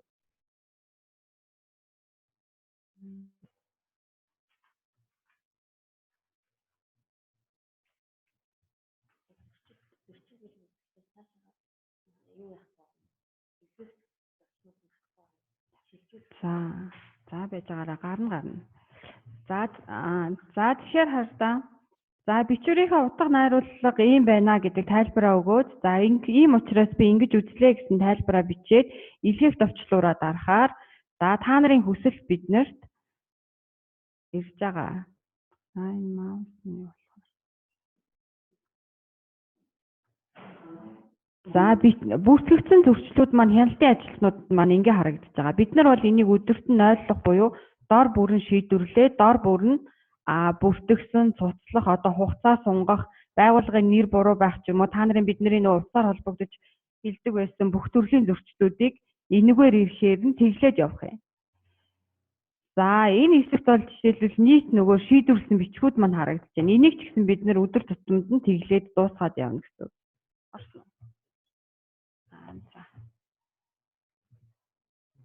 За өөрөөр хэлбэл таны шийдвэрлсэн бичиг болгон энэ дээр нэг тоолбороор нэмэгдэн манай ажилтнууд цаашид энийг өдөр тутамд нь шийдвэрлэхийн хянаад тэгэхээр хангалттай шийдвэрлсэн бол баталгаажуулаад явна гэсэн. За зөрчилтэй холбогдуулаад бас нэмэлт зөвхөн нөгөө нэг утга найраас гад юу та нарын зөрчил болох вэ гэхээр програм ашиглалтын байдлын зөрчлүүд орно. За энд ямар төрлийн мэдээлүүд орох вэ гэхээр за ялангуяа одоо програм их дөнгөж ашиглаж эхэлж байгаа байгууллагууд дээр бичиг хэрэг ирэх гэж манайхаас өгсөн админ араа ч юм уу. Нэг бол албан тушаалтных нь албан тушаал хилтэс нэгжийн мэдээлэл бүрэн гүйцэд ороогүй шийдвэрлэлтүүд хийлэгддэг. За би нэг жишээлбэл бичгэн дээр очиод дараад хяналаа шийдвэрлэлтийг хяналаа гэж үзэхэд за эхлээд би картыг үзнэ. За картан дээр юу харагдах ёстой вэ гэхээр тухайн бичгийн шийдвэрлэлтэнд оролцсон нийт албан агчдын талаар мэдээлэл одоо нөгөө за би бичиг юу болохоор админы за би чараа энэ дээр дөнгөж бүртгэсэн бичиг нээх шиг боллоо тий. Үгүй би нөгөө дөнгөж бүртгэсэн бичиг харсан шиг боллоо. За хяналтын картан дээр бүгдээрээ мэдж байгаа бах тий. Өөрөөр хэлбэл энэ хэсэгт харагддаг нөгөө хилтэсний албан тушаалын мэдээлэл бүрэн гүйцэд орсон байх ёстой. Энэ агуу тохиолдолд хяналтын картанд бид нар нөгөө дутаа хэлэх асуудалтай учраас энийг яаралтай засч өгөх шаардлагатай. За сүүлийн байдлаар манайхаас нөгөө албан тоот явуулаад танай байгууллагуудын бүтцийг эцсийн байдлаар авсан байгаа. Энэ бүтцийн яг бүрэн гүйцэд орсон хэсгийг болохоор байгууллагынхаа админ эсвэл хүний нөөцийн мэргэжилтнүүдээр хянуулах. За хянуулахдаа яг юуг анхаарах вэ гэдгийг энэ дээр би нэг томхон тайлбарлаад өгье. За хилтэс нэгжийн мэдээллийг бол та нар өөрсдөө шууд хянах боломжтой. За албан тушаал дээр гол нь хянах шаардлагатай.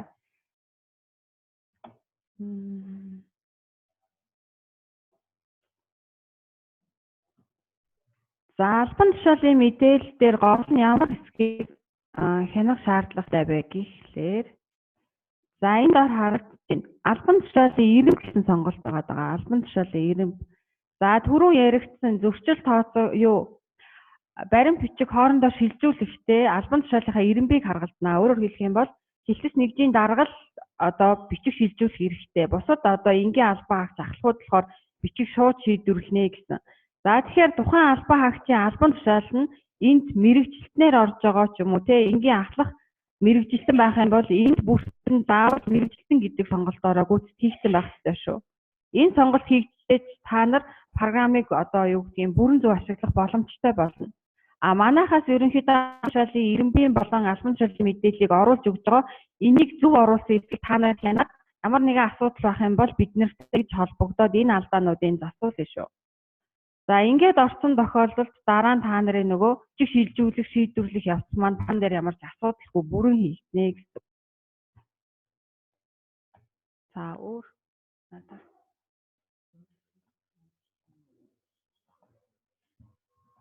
за өөрөө нэмэлт харсан байгаагүй. За ерөнхийдөө тэгээд нэгэнт яасан юм чи нэг зар маягийн юм танилцуулчих. Ерөнхийдөө 6 сарын ихээр бид нэр баримт боловсруулалтаа нэвтрүүлэх гэж байгаа. За энд болохоор яах вэ гэхээр мэдээлэл технологийн газартай хамтраад тоон гарын үсэг нэвтрүүлж байгаа байгууллагатай хамтраад хамтарсан нэг танилцуулга хийх баг. За энэ танилцуулгатай холбогдуулаад энээс өмнө та нар болохоор байгууллагын бүтцийн мэдээллүүдийг эцсийн байдлаар эцэлж оруулсан байх хэрэгтэй. Нийт албан тушаалтнуудаа бүтцийнхээ дагуу хэрэглэгчийн мэдээллийн бүрэн гүйцэд нөгөө хилтэс нэгж албахийн мэдээллийг оноосон байх хэрэгтэй. Утасны дугаар холбогдох мэдээллүүдийн мөн адилхан тулгаж тавьж өгөөрэй. За энэ ажлыг хийсний дараа бид нар яах вэ гэхээр 6 сарын ихээр баримт боловсруулалт ороход нөгөө хин нь хянах хэрэгтэй, хин нь боловсруулах хэрэгтэй юм бэ гэдгийг яг тодорхой болох юм. За агентлагууд ялангуяа нөгөө босоо тогтолцоотой байгууллагуудын хувьд өөрийн чинь харьяа байгууллагуудын тайланг та нар харж болж гэнэ үгүй юу гэдгээ бас давхар хянчаарай. За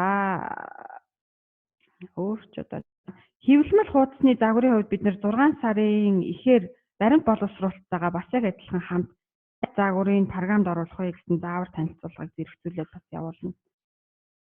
За юу зарын чанартай мэдээлэл бол юм байна. За баярлалаа.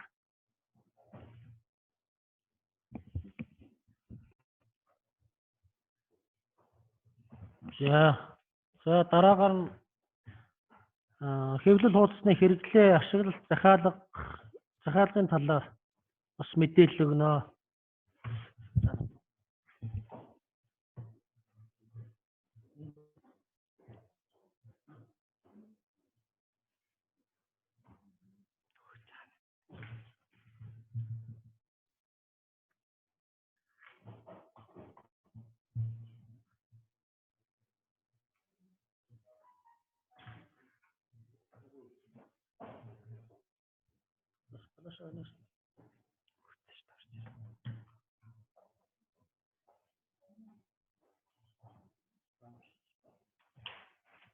За та бүхэнд энэ өдрийн мэндийг хүргэе. Албан эрх хөтөлд хариуцсан мэргэжилтэн Биндрий байна. За би та бүхэнд өнөөдөр хэвлэмэл хуудасны хэрэглээ ашиглалт, захиалга, цахим хэвлэмэл хуудас үүсгэх талаар товчхон мэдээлэл хүргэхээр бэлтгэсэн юм аа.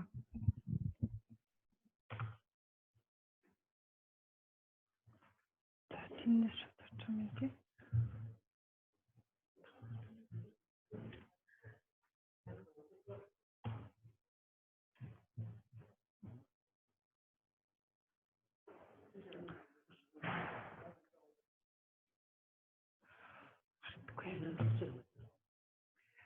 За хэвлэмэл хуудас хэрэглэх талаар эрхтэн үндслүүд, эрхтэн баримт бичгүүд нь болохоор одоо энэ та бүхний харж байгаачлан байна.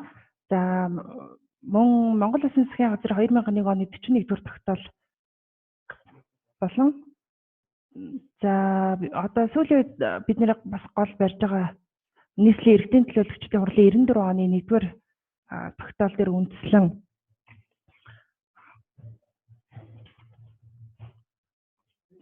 (2001 оны 156 дугаар тогтоолоор нийслэлийн төр захиргааны болон нийслэлийн өмчт аж ахуйн нэгж төсөвт байгууллагууд нийслэлийн бэлэгдэл хангардыг хэрэглэнэ гэж заасан байгаа. За тэгээд мөн хамгийн сүүлд Архив ерөнхий газрын 2016 оны А142 дугаар тушаал. За энэ дээр хэвлэмэл хуудас хэрэглэх хадгалах журам байгаа. Бид нар үүний дагуу одоо албан эрх хөтөлтийн нэгдсэн системтэй уялд болон хэвлэмэл хуудасын захиалга авч хэрэгжүүлж байгаа.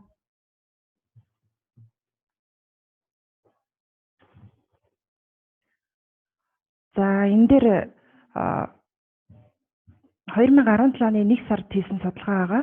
Үндсэндээ нийслэлийн гэсэн 953 байгууллагад бид нэр судалгаа хийсний үндсэн дээр лого ашигладаг 81 байгууллага байсан. За тэгээд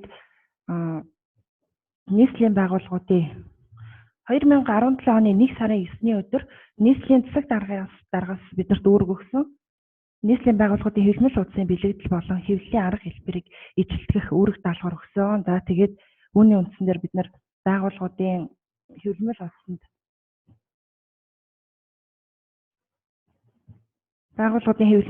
бид нар хяналт тавиад лого ашигладаг байгууллагуудыг бүгдээринг хангарт болгосон. За тэгээд ерөнхийдөө хэвлэмэл хуудас нь зориултын хувьд алтан бичгийн захирамжлын гэсэн хоёр төрөлтэй. За алтан бичгийн болохоор байгууллагын албан тушаалтны гээд доорх бүрдлүүдтэй байдаг. За тэгээд хэвлэмэл хуудасны стандарт бас тусгай MNS 5140-ийн 1-2-3 дугаар хэсэгтээс стандартын дагуу үлдэгдсэн байх хэрэгтэй байдаг. За хэвлэмэл хуудасны захиалга өгөхөд бид нэр EDOC програм дээр энэ аргачлалаар захиалга өгнө. За одоо энэний нэг давуу тал нь болохоор та бүхэн нийслэлийн архивын газар ирж биеэр ирж захиалгах шаардлагагүй, утсаар ярих шаардлагагүй, цаг зав ирнэ аль бие хөтөлбөрийн нэгдсэн системээр захиалга өгч болно гэсэн үг. За энэ даргачлалууд нь бүгдээрээ байгаа. Үндсэндээ 2 үе шаттай. Эхний үеийн шат нь болохоор хэвлэмэл утасныхаа албан бичгийн төрлөө сонгоод хадгалах төвч дарна. За ингэснээр дараагийн үе шат руу шилжээд 2 дугаар үе шат захиалга өгөх гэсэн хэсэг дээрээ дараад за тэгээ энэ улаанаар тодруулсан байгаа хэсгүүд одоор тэмдэглэсэн байгаа хэсгүүдийг заавал бүглэх ёстой байгаа. За ингээд за мөн нэмэлт мэдээллийн хэсэг дээр та бүхэн юу оруулах вэ гэхээр тухайн байгууллага чинь хаягийн өөрчлөлт юм уу ямар нэгэн өмнөх манай дээр захиалга өгч ирснээс өөрчлөлт орсон болоод нэмэлт мэдээллийн хэсгээ оруулаад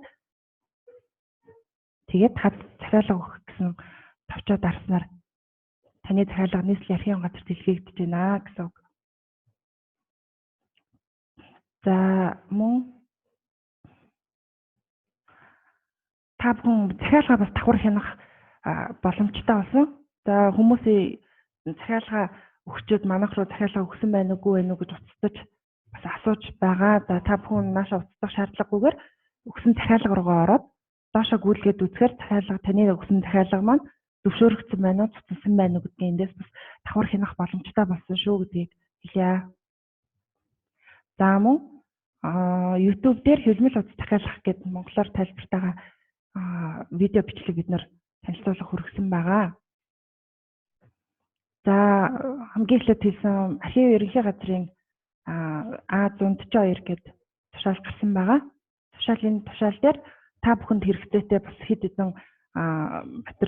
хэдэн хүснэлтийг би хэрэг болох болоо гэж оруулсан юм аа. Та бүхэн энэ доор нийслэлийн архивын газрын сайт байгаа. Архивзэг Улаанбаатар ЦГМ гэдэг. За энэ сайт руу ороод сургалт арга зүй хяналт гэсэн хэсэг рүү. За тэгээд түүнээсээ хэвлэмэл хуудасны захиалга хяналт гэсэн хэсэг дотор та бүхний хэвлэмэл хуудасны бүртгэлийн хэсэг байгаа. Тэгэхээр энийг бичиг хэрэг болон албан эрх хөдлөлт хариуцсан мэргэжилтнүүд авч бүртгэнэ гэсэн үг.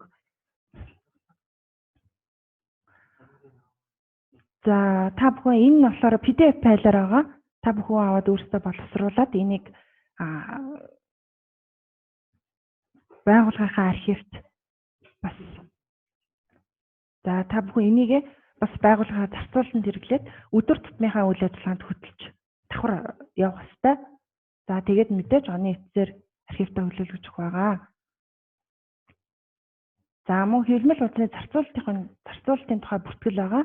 Энийг хэвлэмэл хуудасны бүх нэр төрлөөр нь ангилж бичээд за тухайн ямар ажилтнанд өгсөн тэр ажилтнанд өгсөн ажилтны албан тушаалтны нэр за мөн гарын үсэг гэдэг тоош хэргээр хөлөөлгөж өгсөн тухай тэмдэглэл өөрөөр хэлбэл бүртгэл үйлдэж давхар хөтлөж явна гэсэн үг.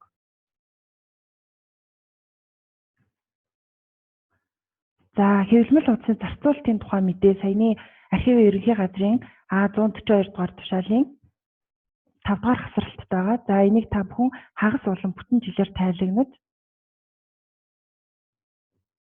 оны эцэст мөн үндсэндээ өөрөөр хэлбэл байгууллагууд хэвлэмэл хуудасны зарцуулалттай холбоотой 3 төрлийн мэдээ үсэгтээр гаргаж оны эцэст хөлөөлгөж өгнэ.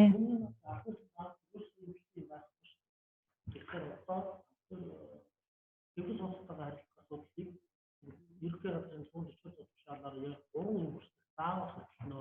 Архив бичгээрээс гарч хэвлэх 3 мэдээний загвар нь шүү.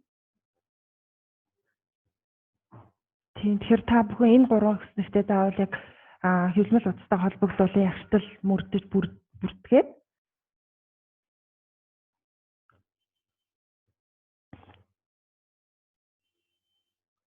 оны эцэст архивтаа хөлөөлгөж өгнэ. За хамгийн гол нь анхаарах бас нэг хэдэн зүйл байна. За бид нар сая шалгалтаар явхад бас хүмүүс ор мэдхгүй нөгөө өөрсдийнхөө ажлын байрны тодорхойлолтоо мэдхгүй зарим бас анхаарах хэрэгтэй хэдэн зүйлүүд оруулсан юм аа. За энд болохоор тамга тэмдэг болон хэвлэмэл хуудсыг ажлын байранд бат бөх савнд хадгалнаа. За мөн тамга тэмдэг түших болон хэвлэмэл хуудас хариуцах хүнийг байгууллагын удирдлага томилж ажлын байрны тодорхойлсон заавал тусгах ёстой. За тэгээд энэ дугаарлагчийн бас тусгай стандарт дугаар гэж байгаа. За мөн хэвлэмэл хуудсыг гадны байгууллага хүмүүст дамжуулахыг хориглоно. За түрүү манай ажилтан хэлсэн цахим хэвлэмэл хуудас үүсгэх ингээд за үндсэндээ өөрөөр хэлбэл бид нар албан ёс хөтөлбөрийн нэгдсэн системд хэвлэмэл хуудас захиалахдаа гол анхаарах юм нь болохоор хэвлэмэл хуудсан дээр болохоор тухайн байгууллагын хаяг болон байгууллагын регистрийн дугаар шуудангийн индекс харилцаа хуудас гэх зүйлийг болохоор та бүхэн өөрсдөө оруулж өгөх байгаа. За энэ зурган дээр харж байгаачлан за одоо энэ нэг боловсруулалтын ажил нь явагдаж байгаа 100% хэлэхээр бид нар байгууллагын нийслэлийн архивын газрын сайтанд мэдээлж ажиллах болно. За анхаарал хандуулсан явдал баярлалаа. За.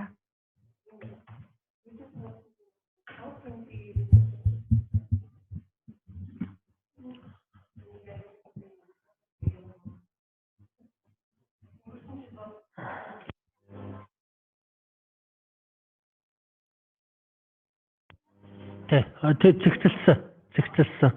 Тэ. Өнгөрсөн хавар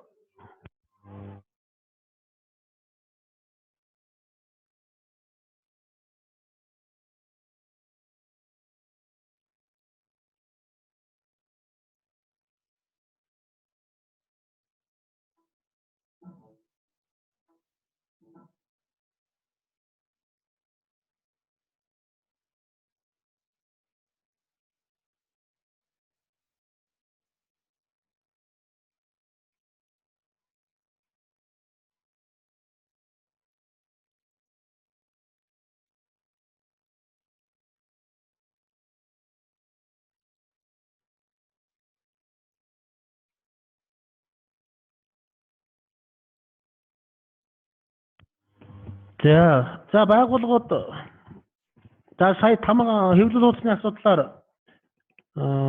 ирж ерөөсөө захиалга өгөхгүй гэдэг бол мэдсэн баг. Эд охор захиална. За одоо 6 сараас цахим хэлбэрээр баланк хэрхэн яаж хийх тухай бас тусгай заавар өгөгдөн. Тэрний талаар тэр үедээ бас дэлгэрэнгүй зааварчилгаа өгнө. Тэгэхээр та бүхэн байгууллагууд бүгд цахим баланктай боллоо гэсэн үг. Энэ тоон гар үсг ашиглахад хэрэглэгдэнэ гэсэн үг юм шүү.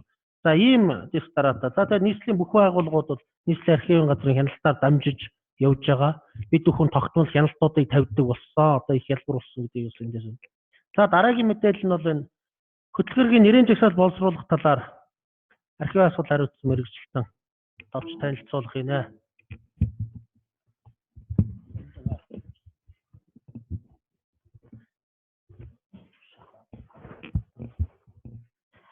За сайн байцгаана уу. За өнөөдрийн хичээл маань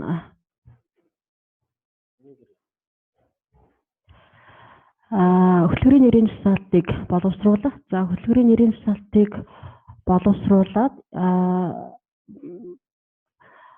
тэр баримтаар одоо байгууллагын архивт хэрхэн яаж нөхөн бүрдүүлэлт хийх вэ гэдэг асуудлаар товчхон мэдээлэл хий.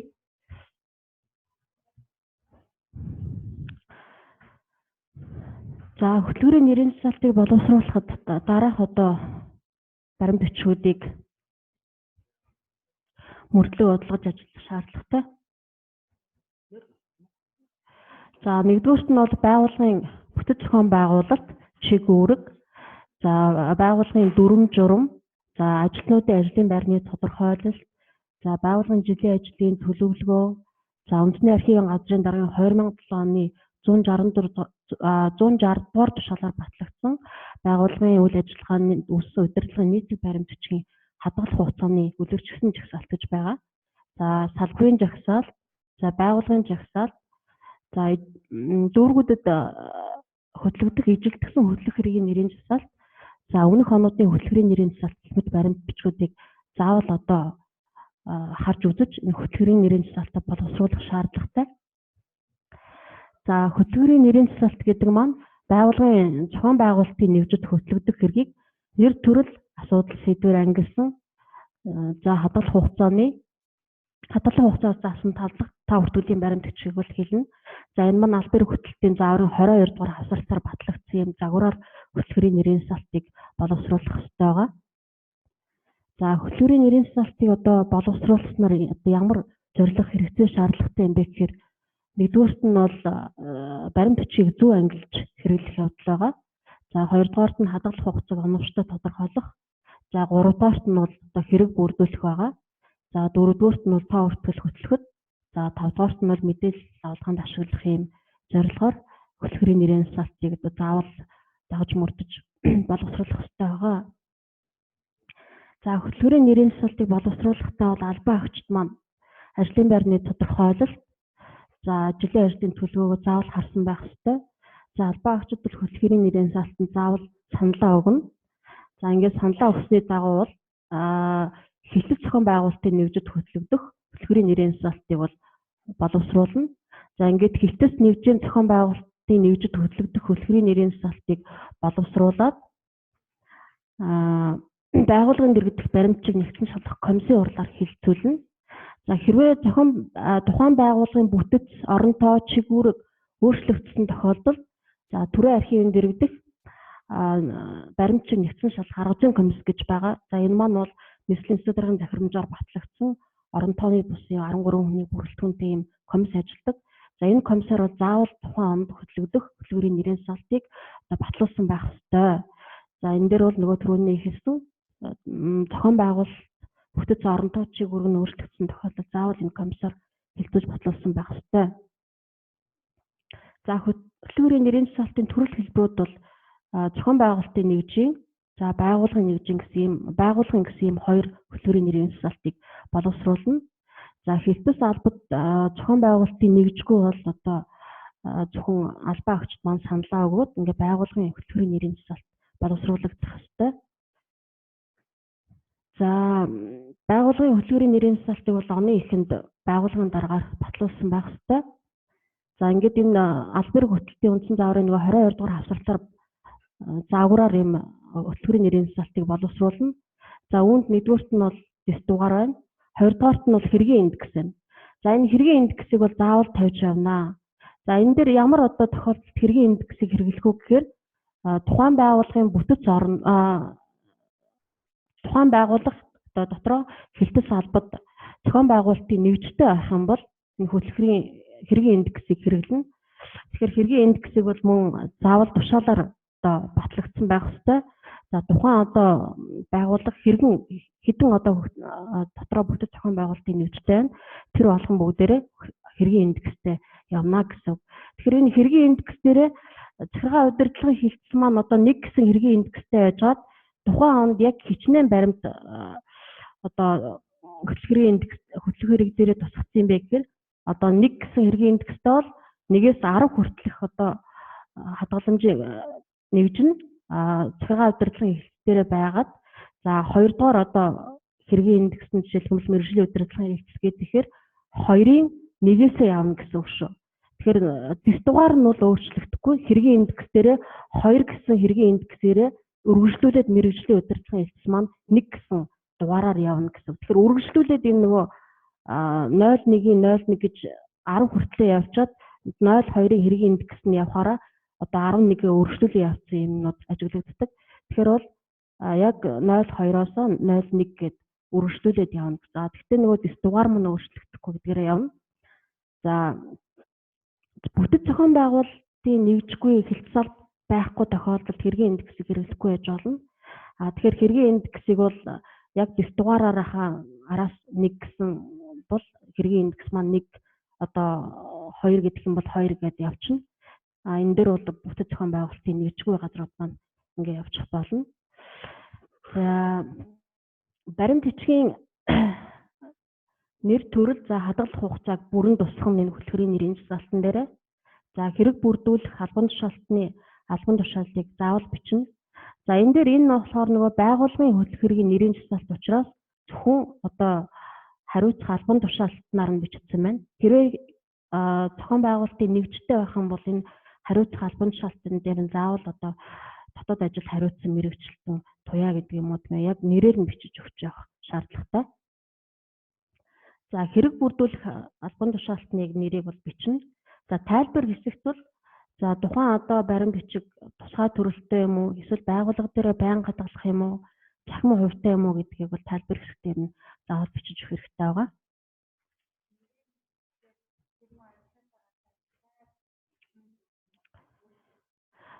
Тэр чинь бол энэ бол зохион байгуулалтын нэвж дотроо гэж штэ.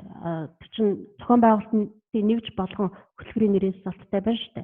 Тэн дээрээ л тийм. Тэрнээс бол байгууллагын хөтөлбөрийн нэрийн засалтын дээр бол албан тушаалаар нь бичихгүй гэсэн үг тийм.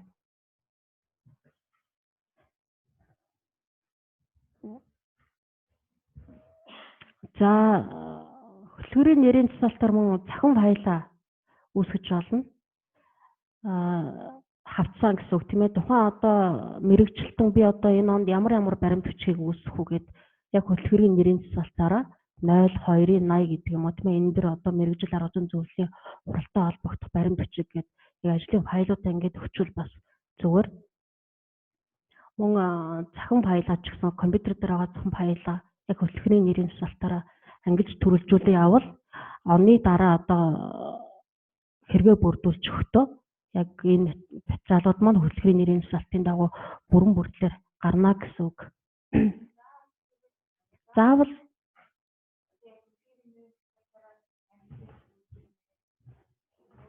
захин файлаа хавцсан уу? Заавал гэсэн юм бол байхгүй л тий. Яг ингээ явуул хамгийн сүүл нөгөө хөтөлбөрийн нэрийн засалтаараа хэрэгээ бүрдүүлж авахд бол төхөмтэй юм аа л гэдгийг. За ер нь хөтөлбөрийн нэрийн засалтыг боловсруулахад нийтлэг юм алдаа дутагдал гарч байна.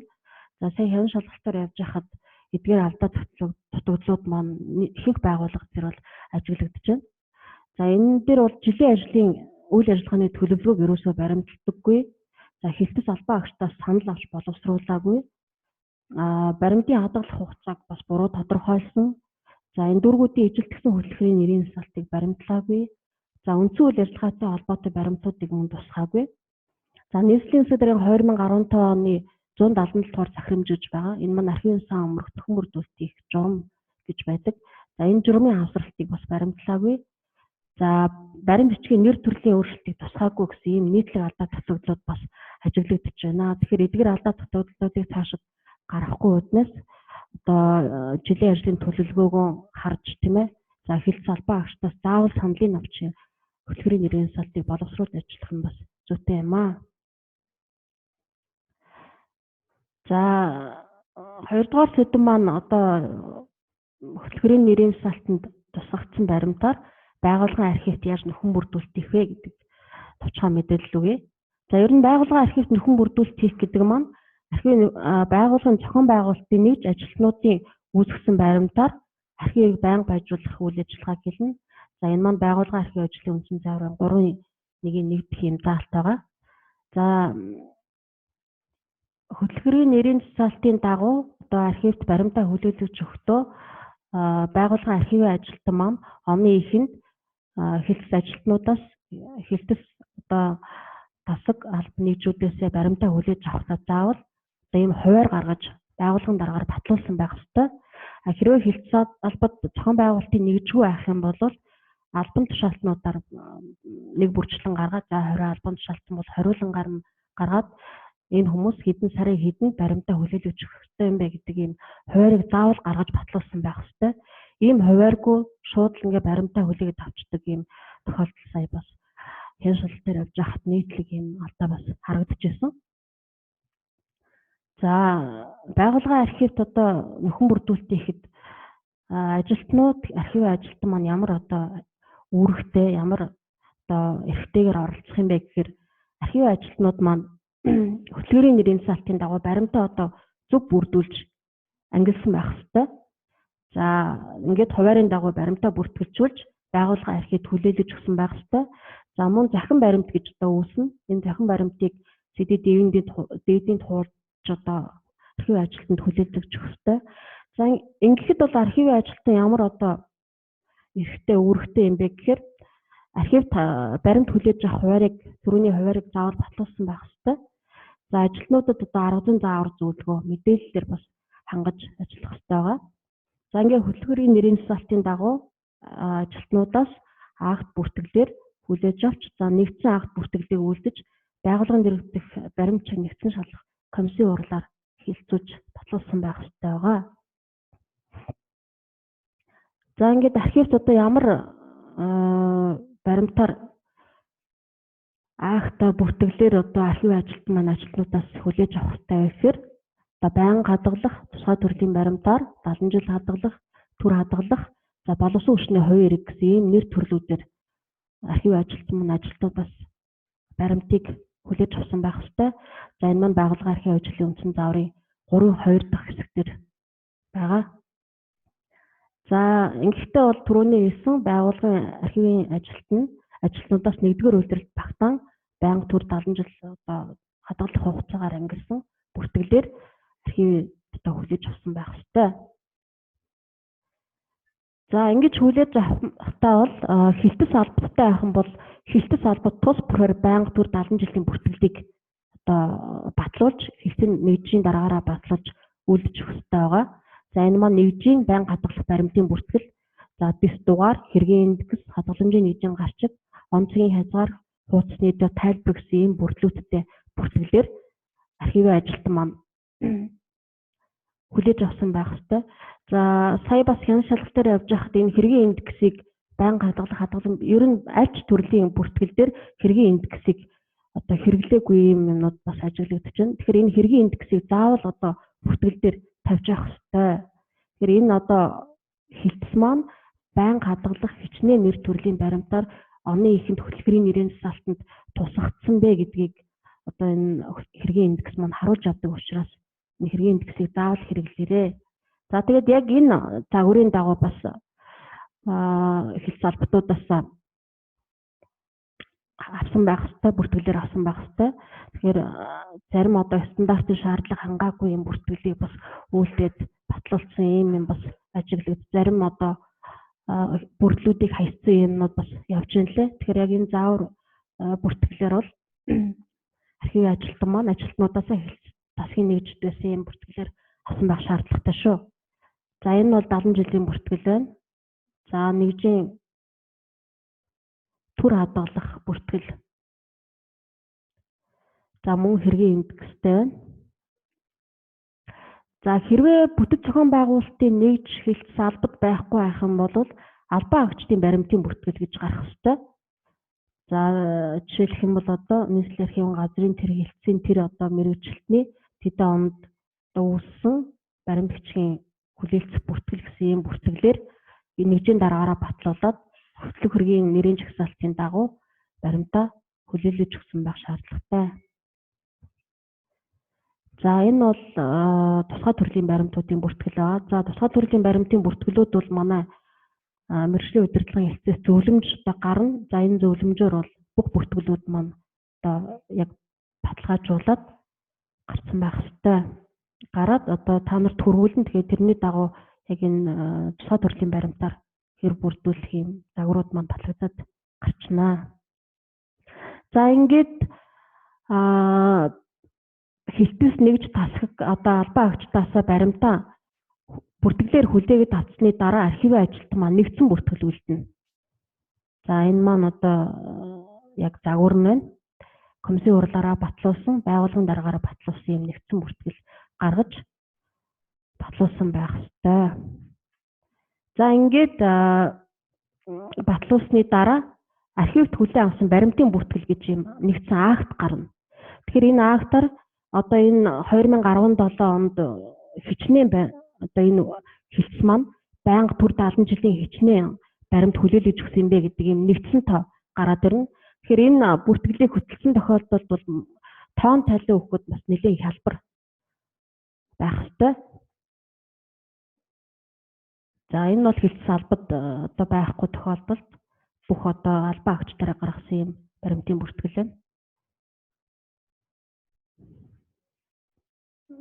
За хадгаламжийн нэгжийг бүртгэх дараалал бол онцог зохион байгуулалтын дараалалаар, за онцог үйл ажиллагааны дараалалаар, онцог асуудал сэдв, за онцог нэр төрлийн дараалалаар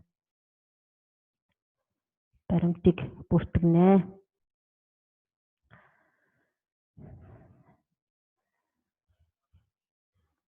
За ингээд байнга хадгалах баримтын данс гэж үлдэнэ. За энэ маань 9 бүрдэлтэй гэж ярьдаг. За дансны нүүр гарчиг, нүүр хуудас гарчиг, хөмрөг үүсгэгчийн нэрийн өөрчлөлтийн жагсаалт.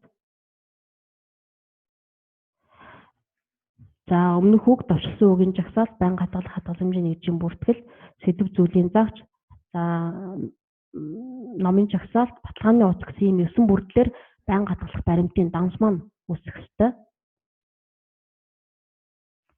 За нэгдүгээрт нь бол гарчиг. За энд одоо ямар бүрдлүүд орсон гэдгийг нь бол товчхондоо оруулаад өгчнө.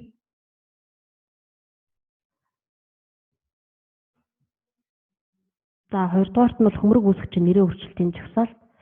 Яг тухайн байгууллага хэдэн онд байгуулагдсан, энэ нь одоо ямар дээд байгууллагын шийдвэрээр одоо байгуулагдсан. За дараа нь ямар нэрийн өөрчлөлттэй юм бэ гэдгийг бол тусгаж өгсөн юм зүйл заалт байгаа. За дараагийнх нь өмнөх үг гэж байгаа. За өмнөх үгэн дээр бол байгууллагын түүх, за хөмрөг үүсгэгчийн түүх гэсэн ийм хоёр бүрдэлтэй байгаа. За давчилсан үгийн жагсаалт тухайн одоо дансанд ямар яагаад ингэ яваад юм бол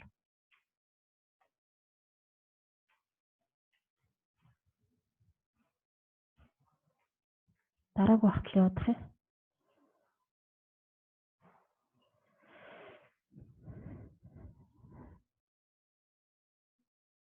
За дараагийнх маань заагч байгаа. Энэ дээр бол яг баримтын байнга хадгалах баримтын бүртгэл дээр ямар нэр төрлийн баримтууд орсон, энэ нь хэддугаар хадгаламжийн нэгжид байгаа юм бэ гэдгийг зааж өгсөн юм бүрдэл байгаа. За ингээд ном зүүн жагсаалт. За баталгааны утас гэсэн эдгээр төрлүүдээс байнга хадгалах баримтын данс маань үүсэх ёстой байгаа.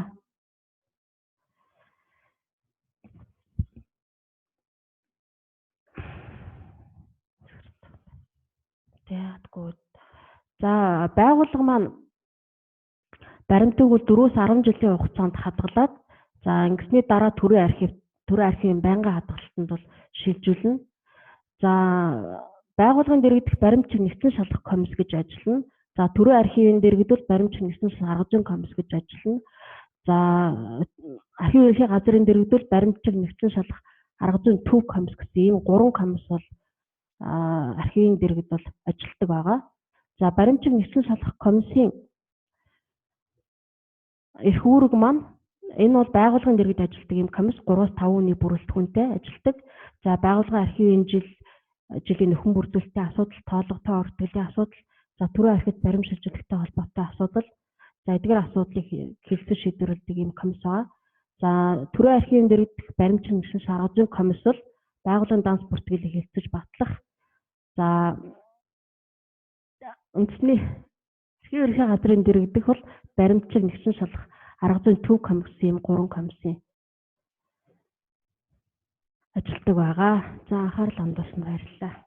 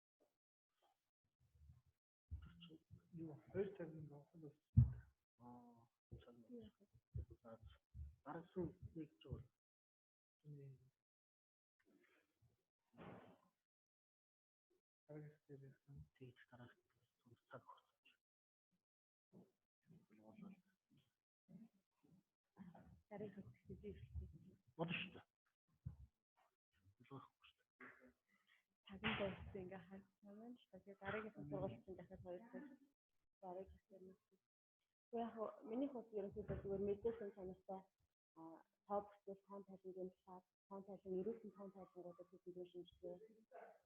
Тийм их.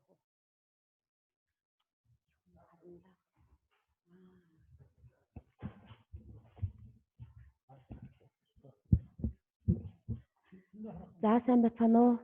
Нийслэлийн архивын газрын архивын тоо бүртгэл хариуцсан мэргэжилтэн боловсрууд байна. За тэгэхээр өнөөдөр бол архив аль бие хөтөлбөрийн тоон тайлан гаргах, баримтууд нэгдсэн тооллого явуулах талаар ерөнхий мэдээлэл өгөх юм байна. За эргэцэн үндэслэл нь бол архивын тухай хууль, төрийн архивын ажлын үндсэн заавар, байгууллагын архивын ажлын үндсэн заавар тоо бүртгэлийн хувьд болохоор архивын ерөнхий газрын даргын 2015 оны А73 дугаар тушаал, нийслэлийн архивын газрын 2014 оны А114 дугаар тушаал зэрэг болно.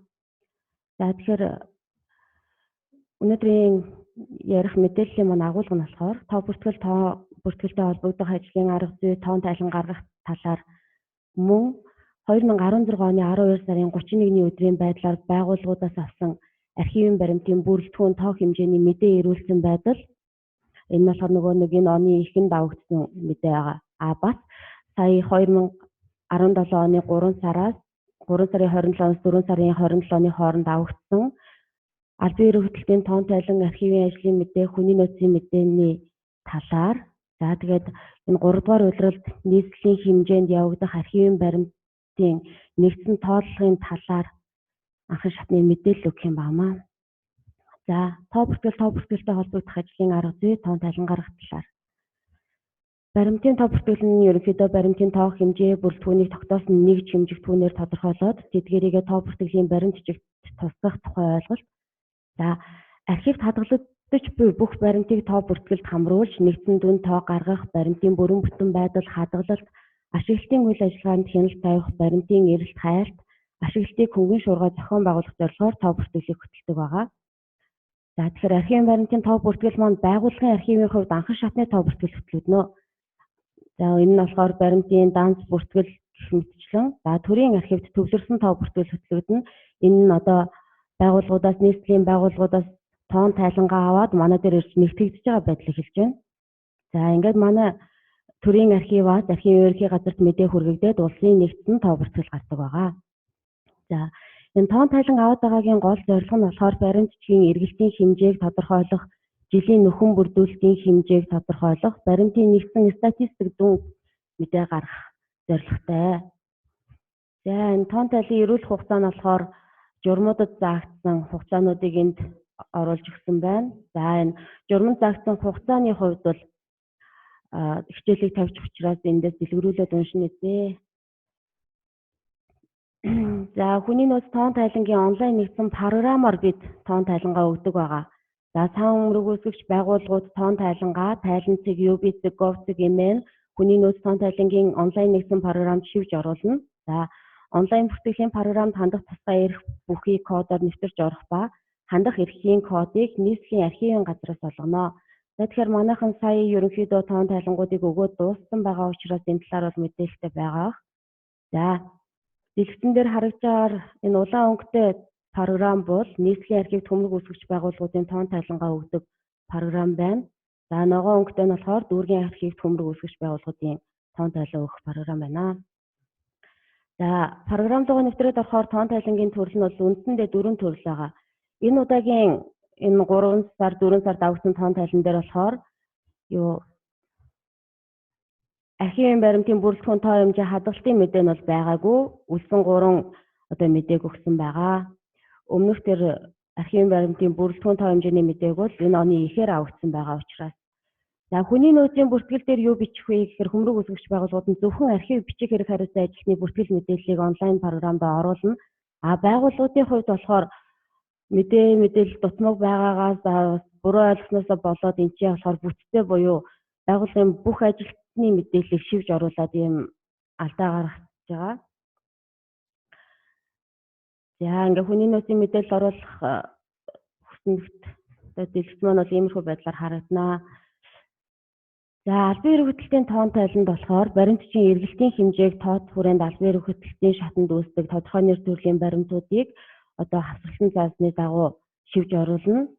За үүнд орж байгаа баримтууд нь болохоор захирамжлалын баримтчгийн тоо, харилцан бичиг одоо ирсэн явуулсан бичгийн тоо, ашигласан хэвлэмэл хуудасны тоо зэрэг ерөнхийдөө байгууллага дээр хөтлөгдөд байгаа тэр тоо бүртгэлийн баримт бичгээл програмд оруулаад өгч байгаа гэсэн үг юм.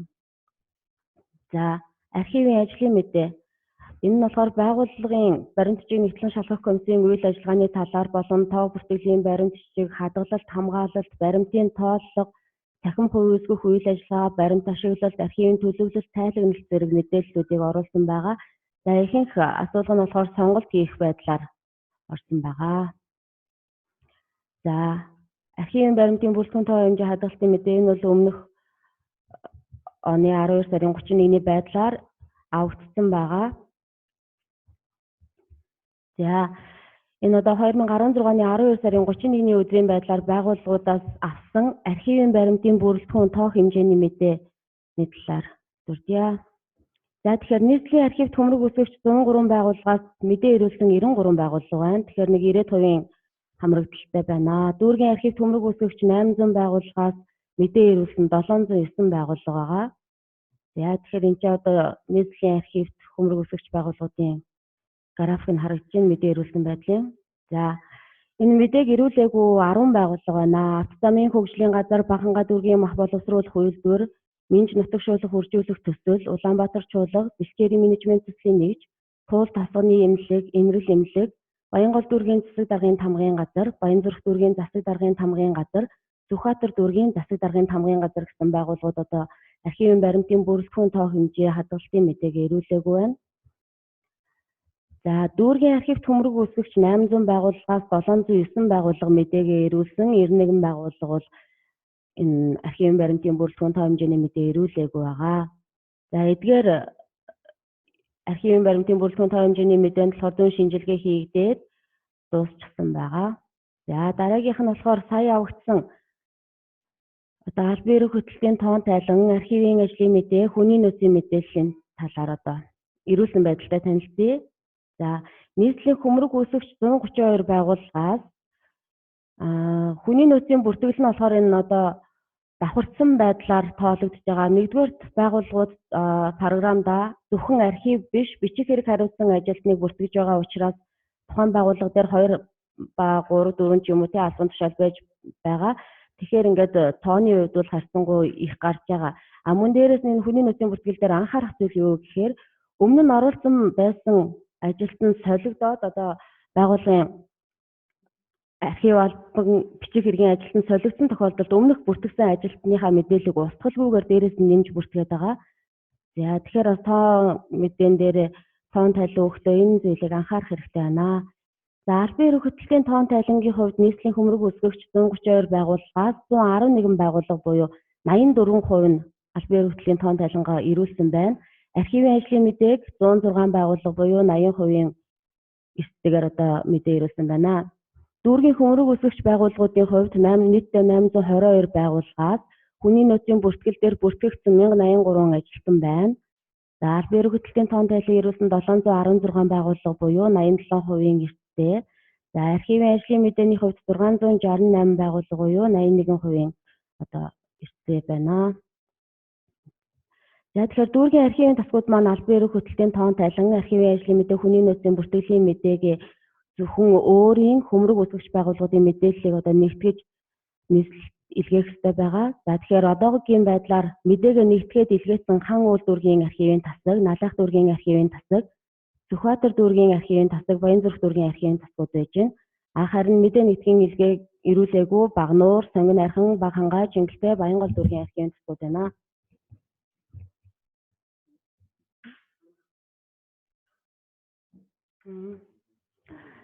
За тэгэхээр одоо энэ ирүүлсэн байгаа тоон тайлангууд зүүн шинжилгээ хийх явцад одоо мэдээ баримтыг буруу дутуу бичсэн, огт тэмдэглээгүй зэрэг зөрчил дутагдлууд нийтлэг илэрч мэдээг нэгтгэхэд нэлээд юм хүндрэл учруулж байна. За тэр тусмаа архивын баримтын бүрэлдэхүүн тоо хэмжээний мэдээн дээр болохоор яг нийслэлийн хөмрөг үсгэгч байгууллагууд бол маш хангалтгүйгээр ирүүлсэн байгаа.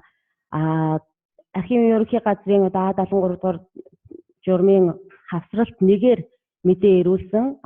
Тэр хүснэгтийг бол бүрэн бөглөх ёстой байсан. Гэтэл зөвхөн баримтынхаа тоо хэмжээ хичээд оны хязгаарыг сонгож өгөөгүйгээс болоод дараа нь одоо бидэн дээр ирээд нэгтгэл хийгдэхэд хүндрэл учирч байгаа. За тэгэхээр энэ нь болохоор одоо уг журмын холбогдох заалтуудыг бүрэн гүйцэд ойлгоогүй, архивын тоо бүртгэлийн нэгж, хадгаламжийн нэгжийн хэмжээг бас зөв тодорхойлж хөвшээгүй, оны хязгаарыг тус бүрд нь ялган тэмдэглээгүй зэрэгс шалтгаалсан байгаа. За тэгэхээр цаашдаа юу анхаарах вэ гэхээр програмаар тоо мэдээ өгөхдөө талбарыг бүрэн бүглэх хэрэгтэй. Тэгээ удирдлагын баримтын хэсгийг бүглэхдээ зөвхөн тушаал гаргадаг байгууллага байж захирамж хэсгийг нь бүглөөд алдаа гаргаж байна. За мөн хүний нөөцийн бүртгэл дээр дурдсанчлан өмнө бүртгэгдсэн ажилтныг устгахгүйгээр нэмж оруулаад байна.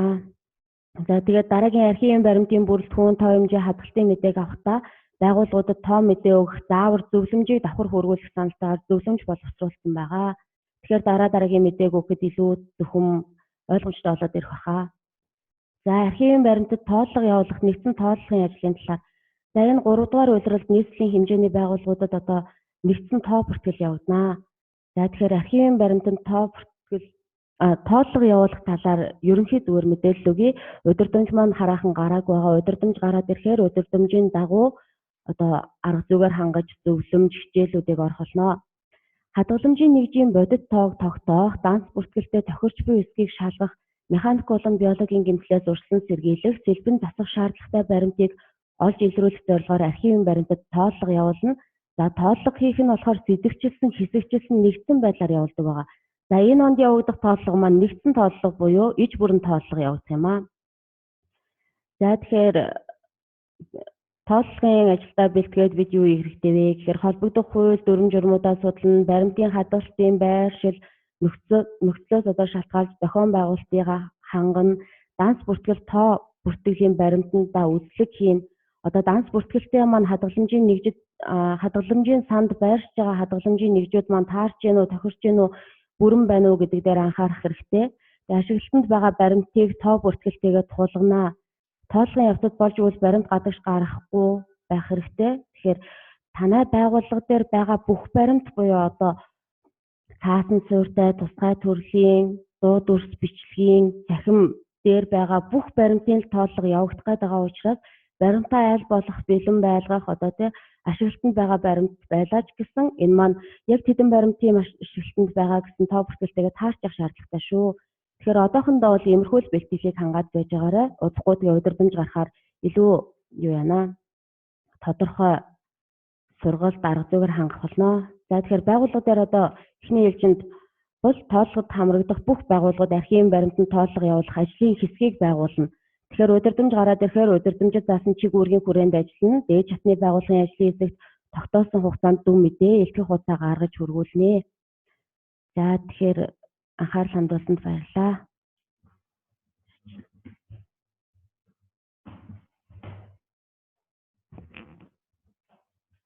За тоон тайлан толгойтой мэдээллүүд анхаарах нэлээд байгаа юм шүү. За дараа нь тайлан мэдээний талаар манай хариуцсан ажилд бас мэдээлэл өгнө. За сайн мэдсэн. За хэрхэн тайлан мэдээ зөв гаргах вэ? Миний сэдв болохоор юм байгаа. Тэгээд за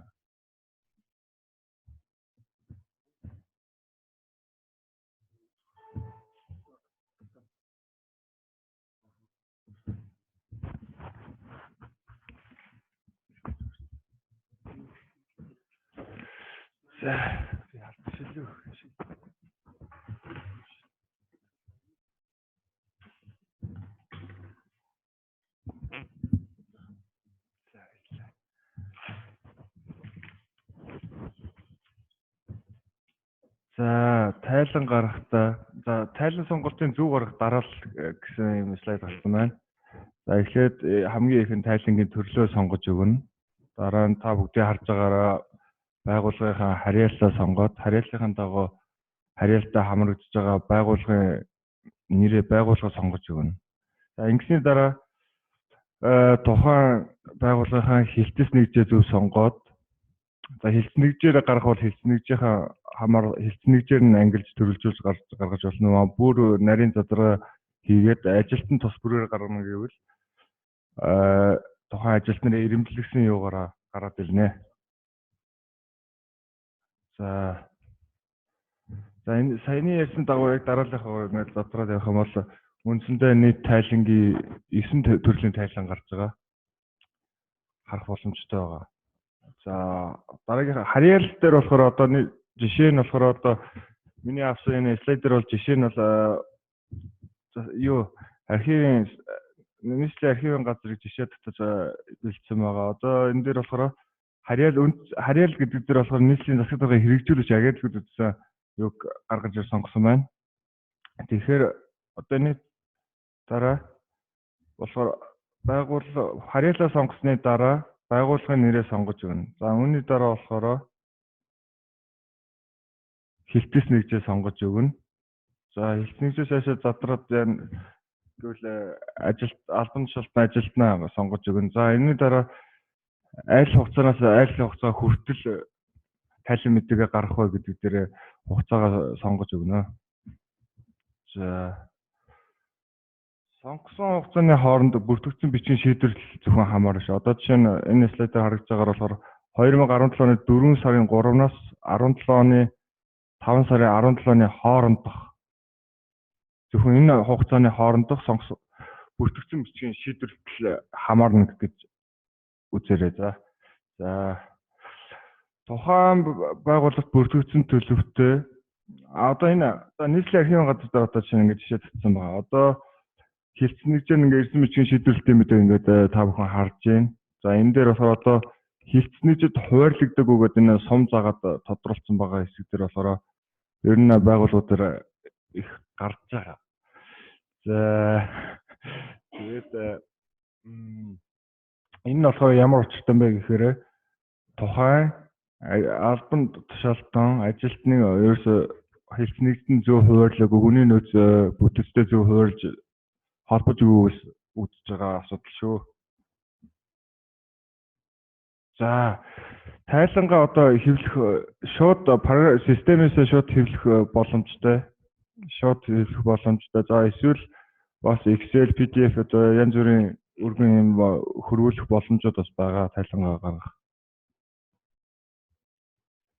За хүний нөөц хилцээс нэгж албан тушаалтын мэдээллийг үнэн зөв бүрэн оруулж өгчөж тайлан мэдээ зөв гарах учиртай байгаа шүү.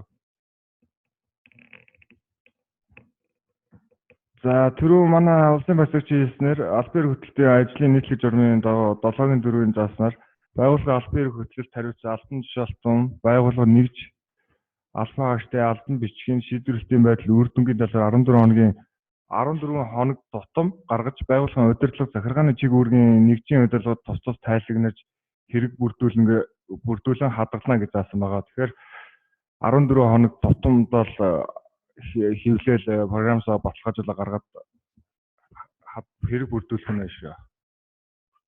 Бүртгэлтэй. Тэ бичгийн бүртгэлээ бас сар сараар гаргана. За баярлалаа.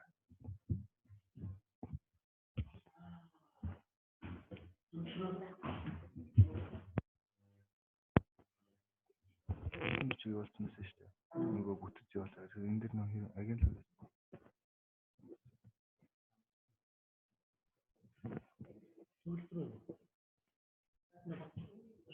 Ахимчлалын газар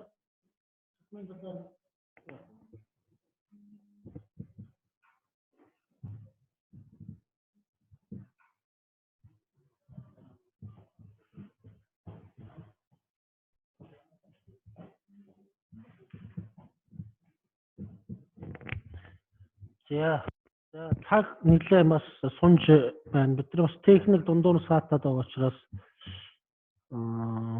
нэлээ хойшлсон байгаа ш. Одоо цагаан архив болон нийгмийн асуудлын талаар нэг 2 мэдээлэл өгөө тэгээд дуусна.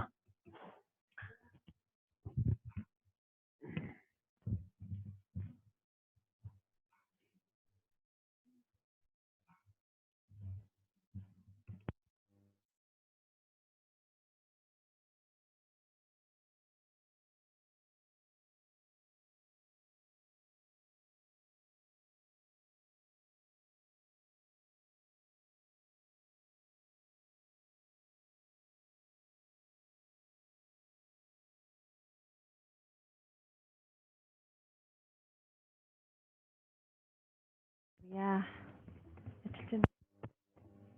За сайн байцгаана уу бүгд энэ өдрийн мэндийг хүргье.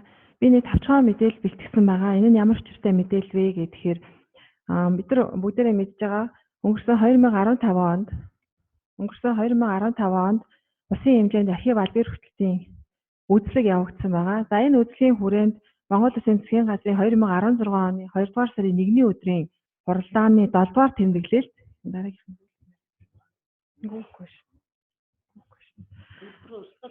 7 дугаар тэмдэглэлээр архивын мэргэжлийн хүний нөөцийг бакалаврын түвшинд бэлтгэх, ихтэй сургуулиудын сургалтын хөтөлбөрт албаар хөтөлбөрийн хичээлийг оруулах асуудлыг судал шийдвэрлэх. За мөн нийслэлийн засаг дарга 2015 оны А177 дугаар дахимжаар батлагдсан журамд тодорхой заалт орсон байгаа. Энэ яагаад гүөх байгаа юм бэ?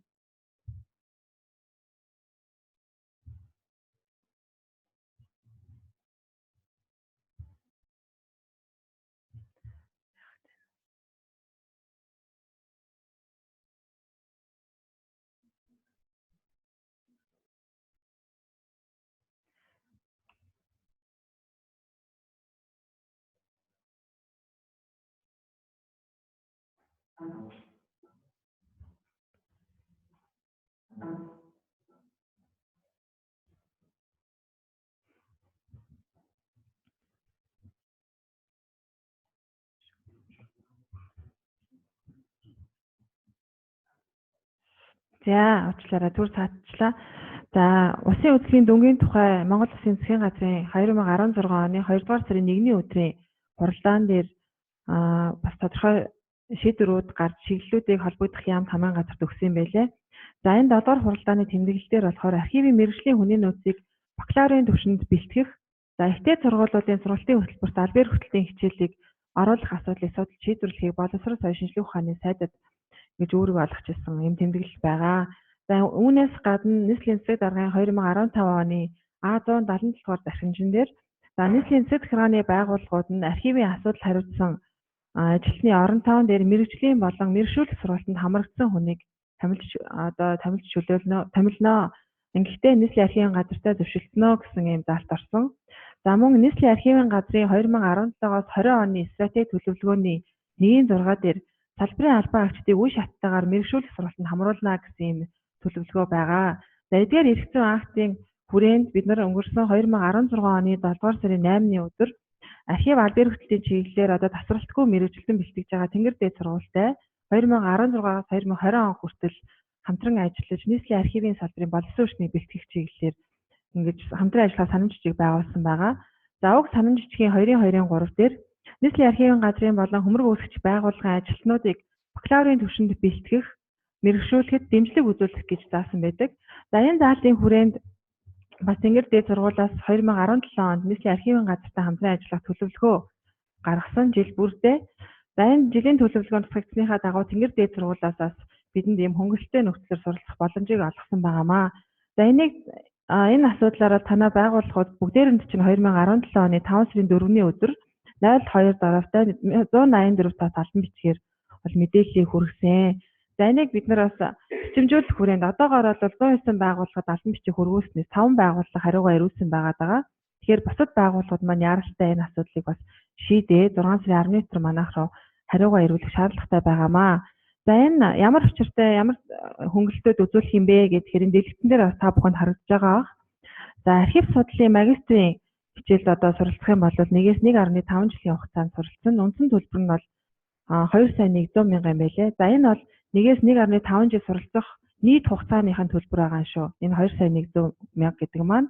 За энэ төлбөрийн төлбөрөөс 50% хөнгөлөлт үзүүлнэ гэдгээр Тэнгэр дээд сургуулиас ийм хөнгөлөлт үзүүлж байгаа. За тэгэхээр та үндсэндээ архив судлалын магистрийн ангиас суралцахаар бол 2 сая 100 мянга биш 1 сая 50 мянган төгрөгөөр суралцаж одоо магистрт хамрагдах боломжтой болж байгаа.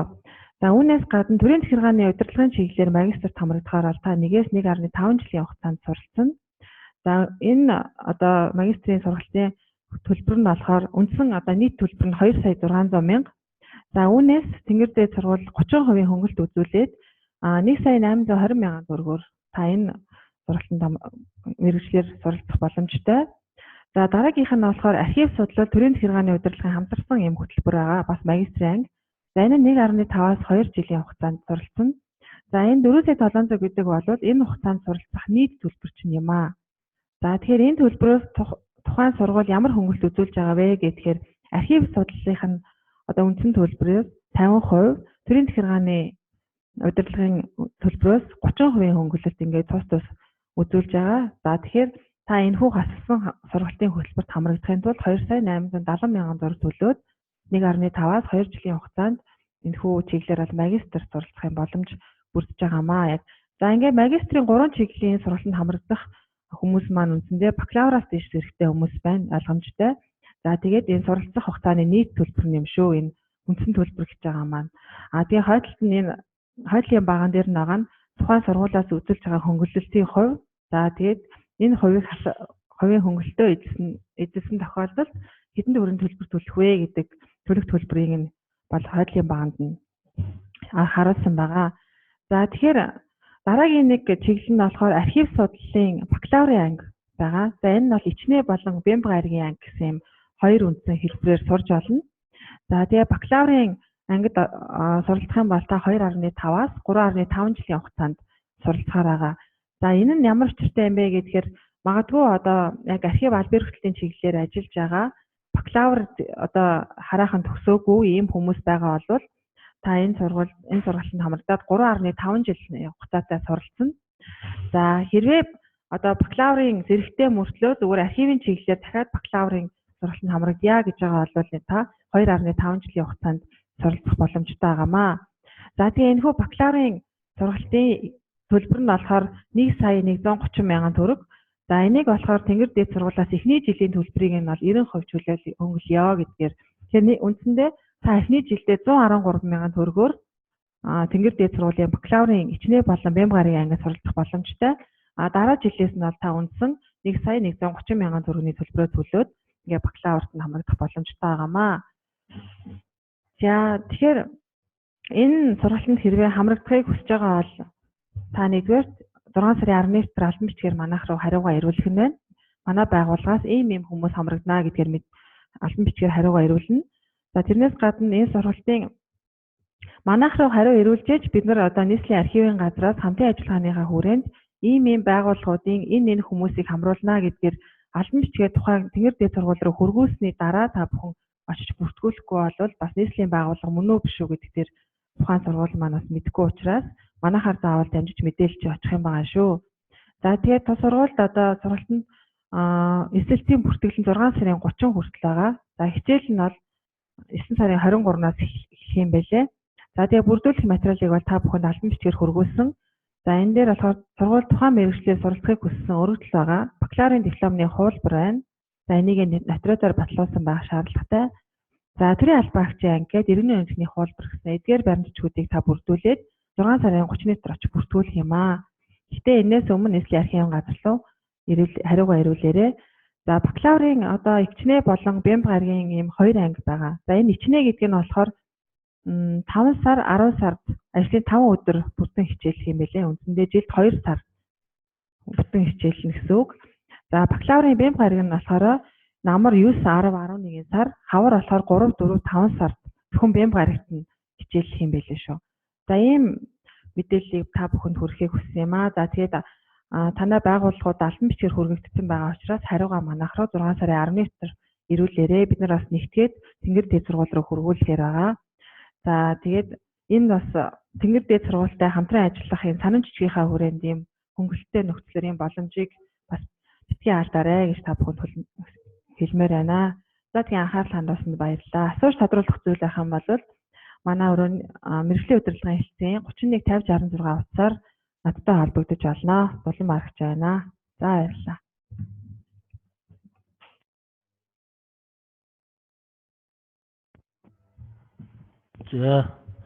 За өнөөдөр онлайн хэлбэрээр мэдээлэл өгөх хэсэг маань ингээд дуусч байна.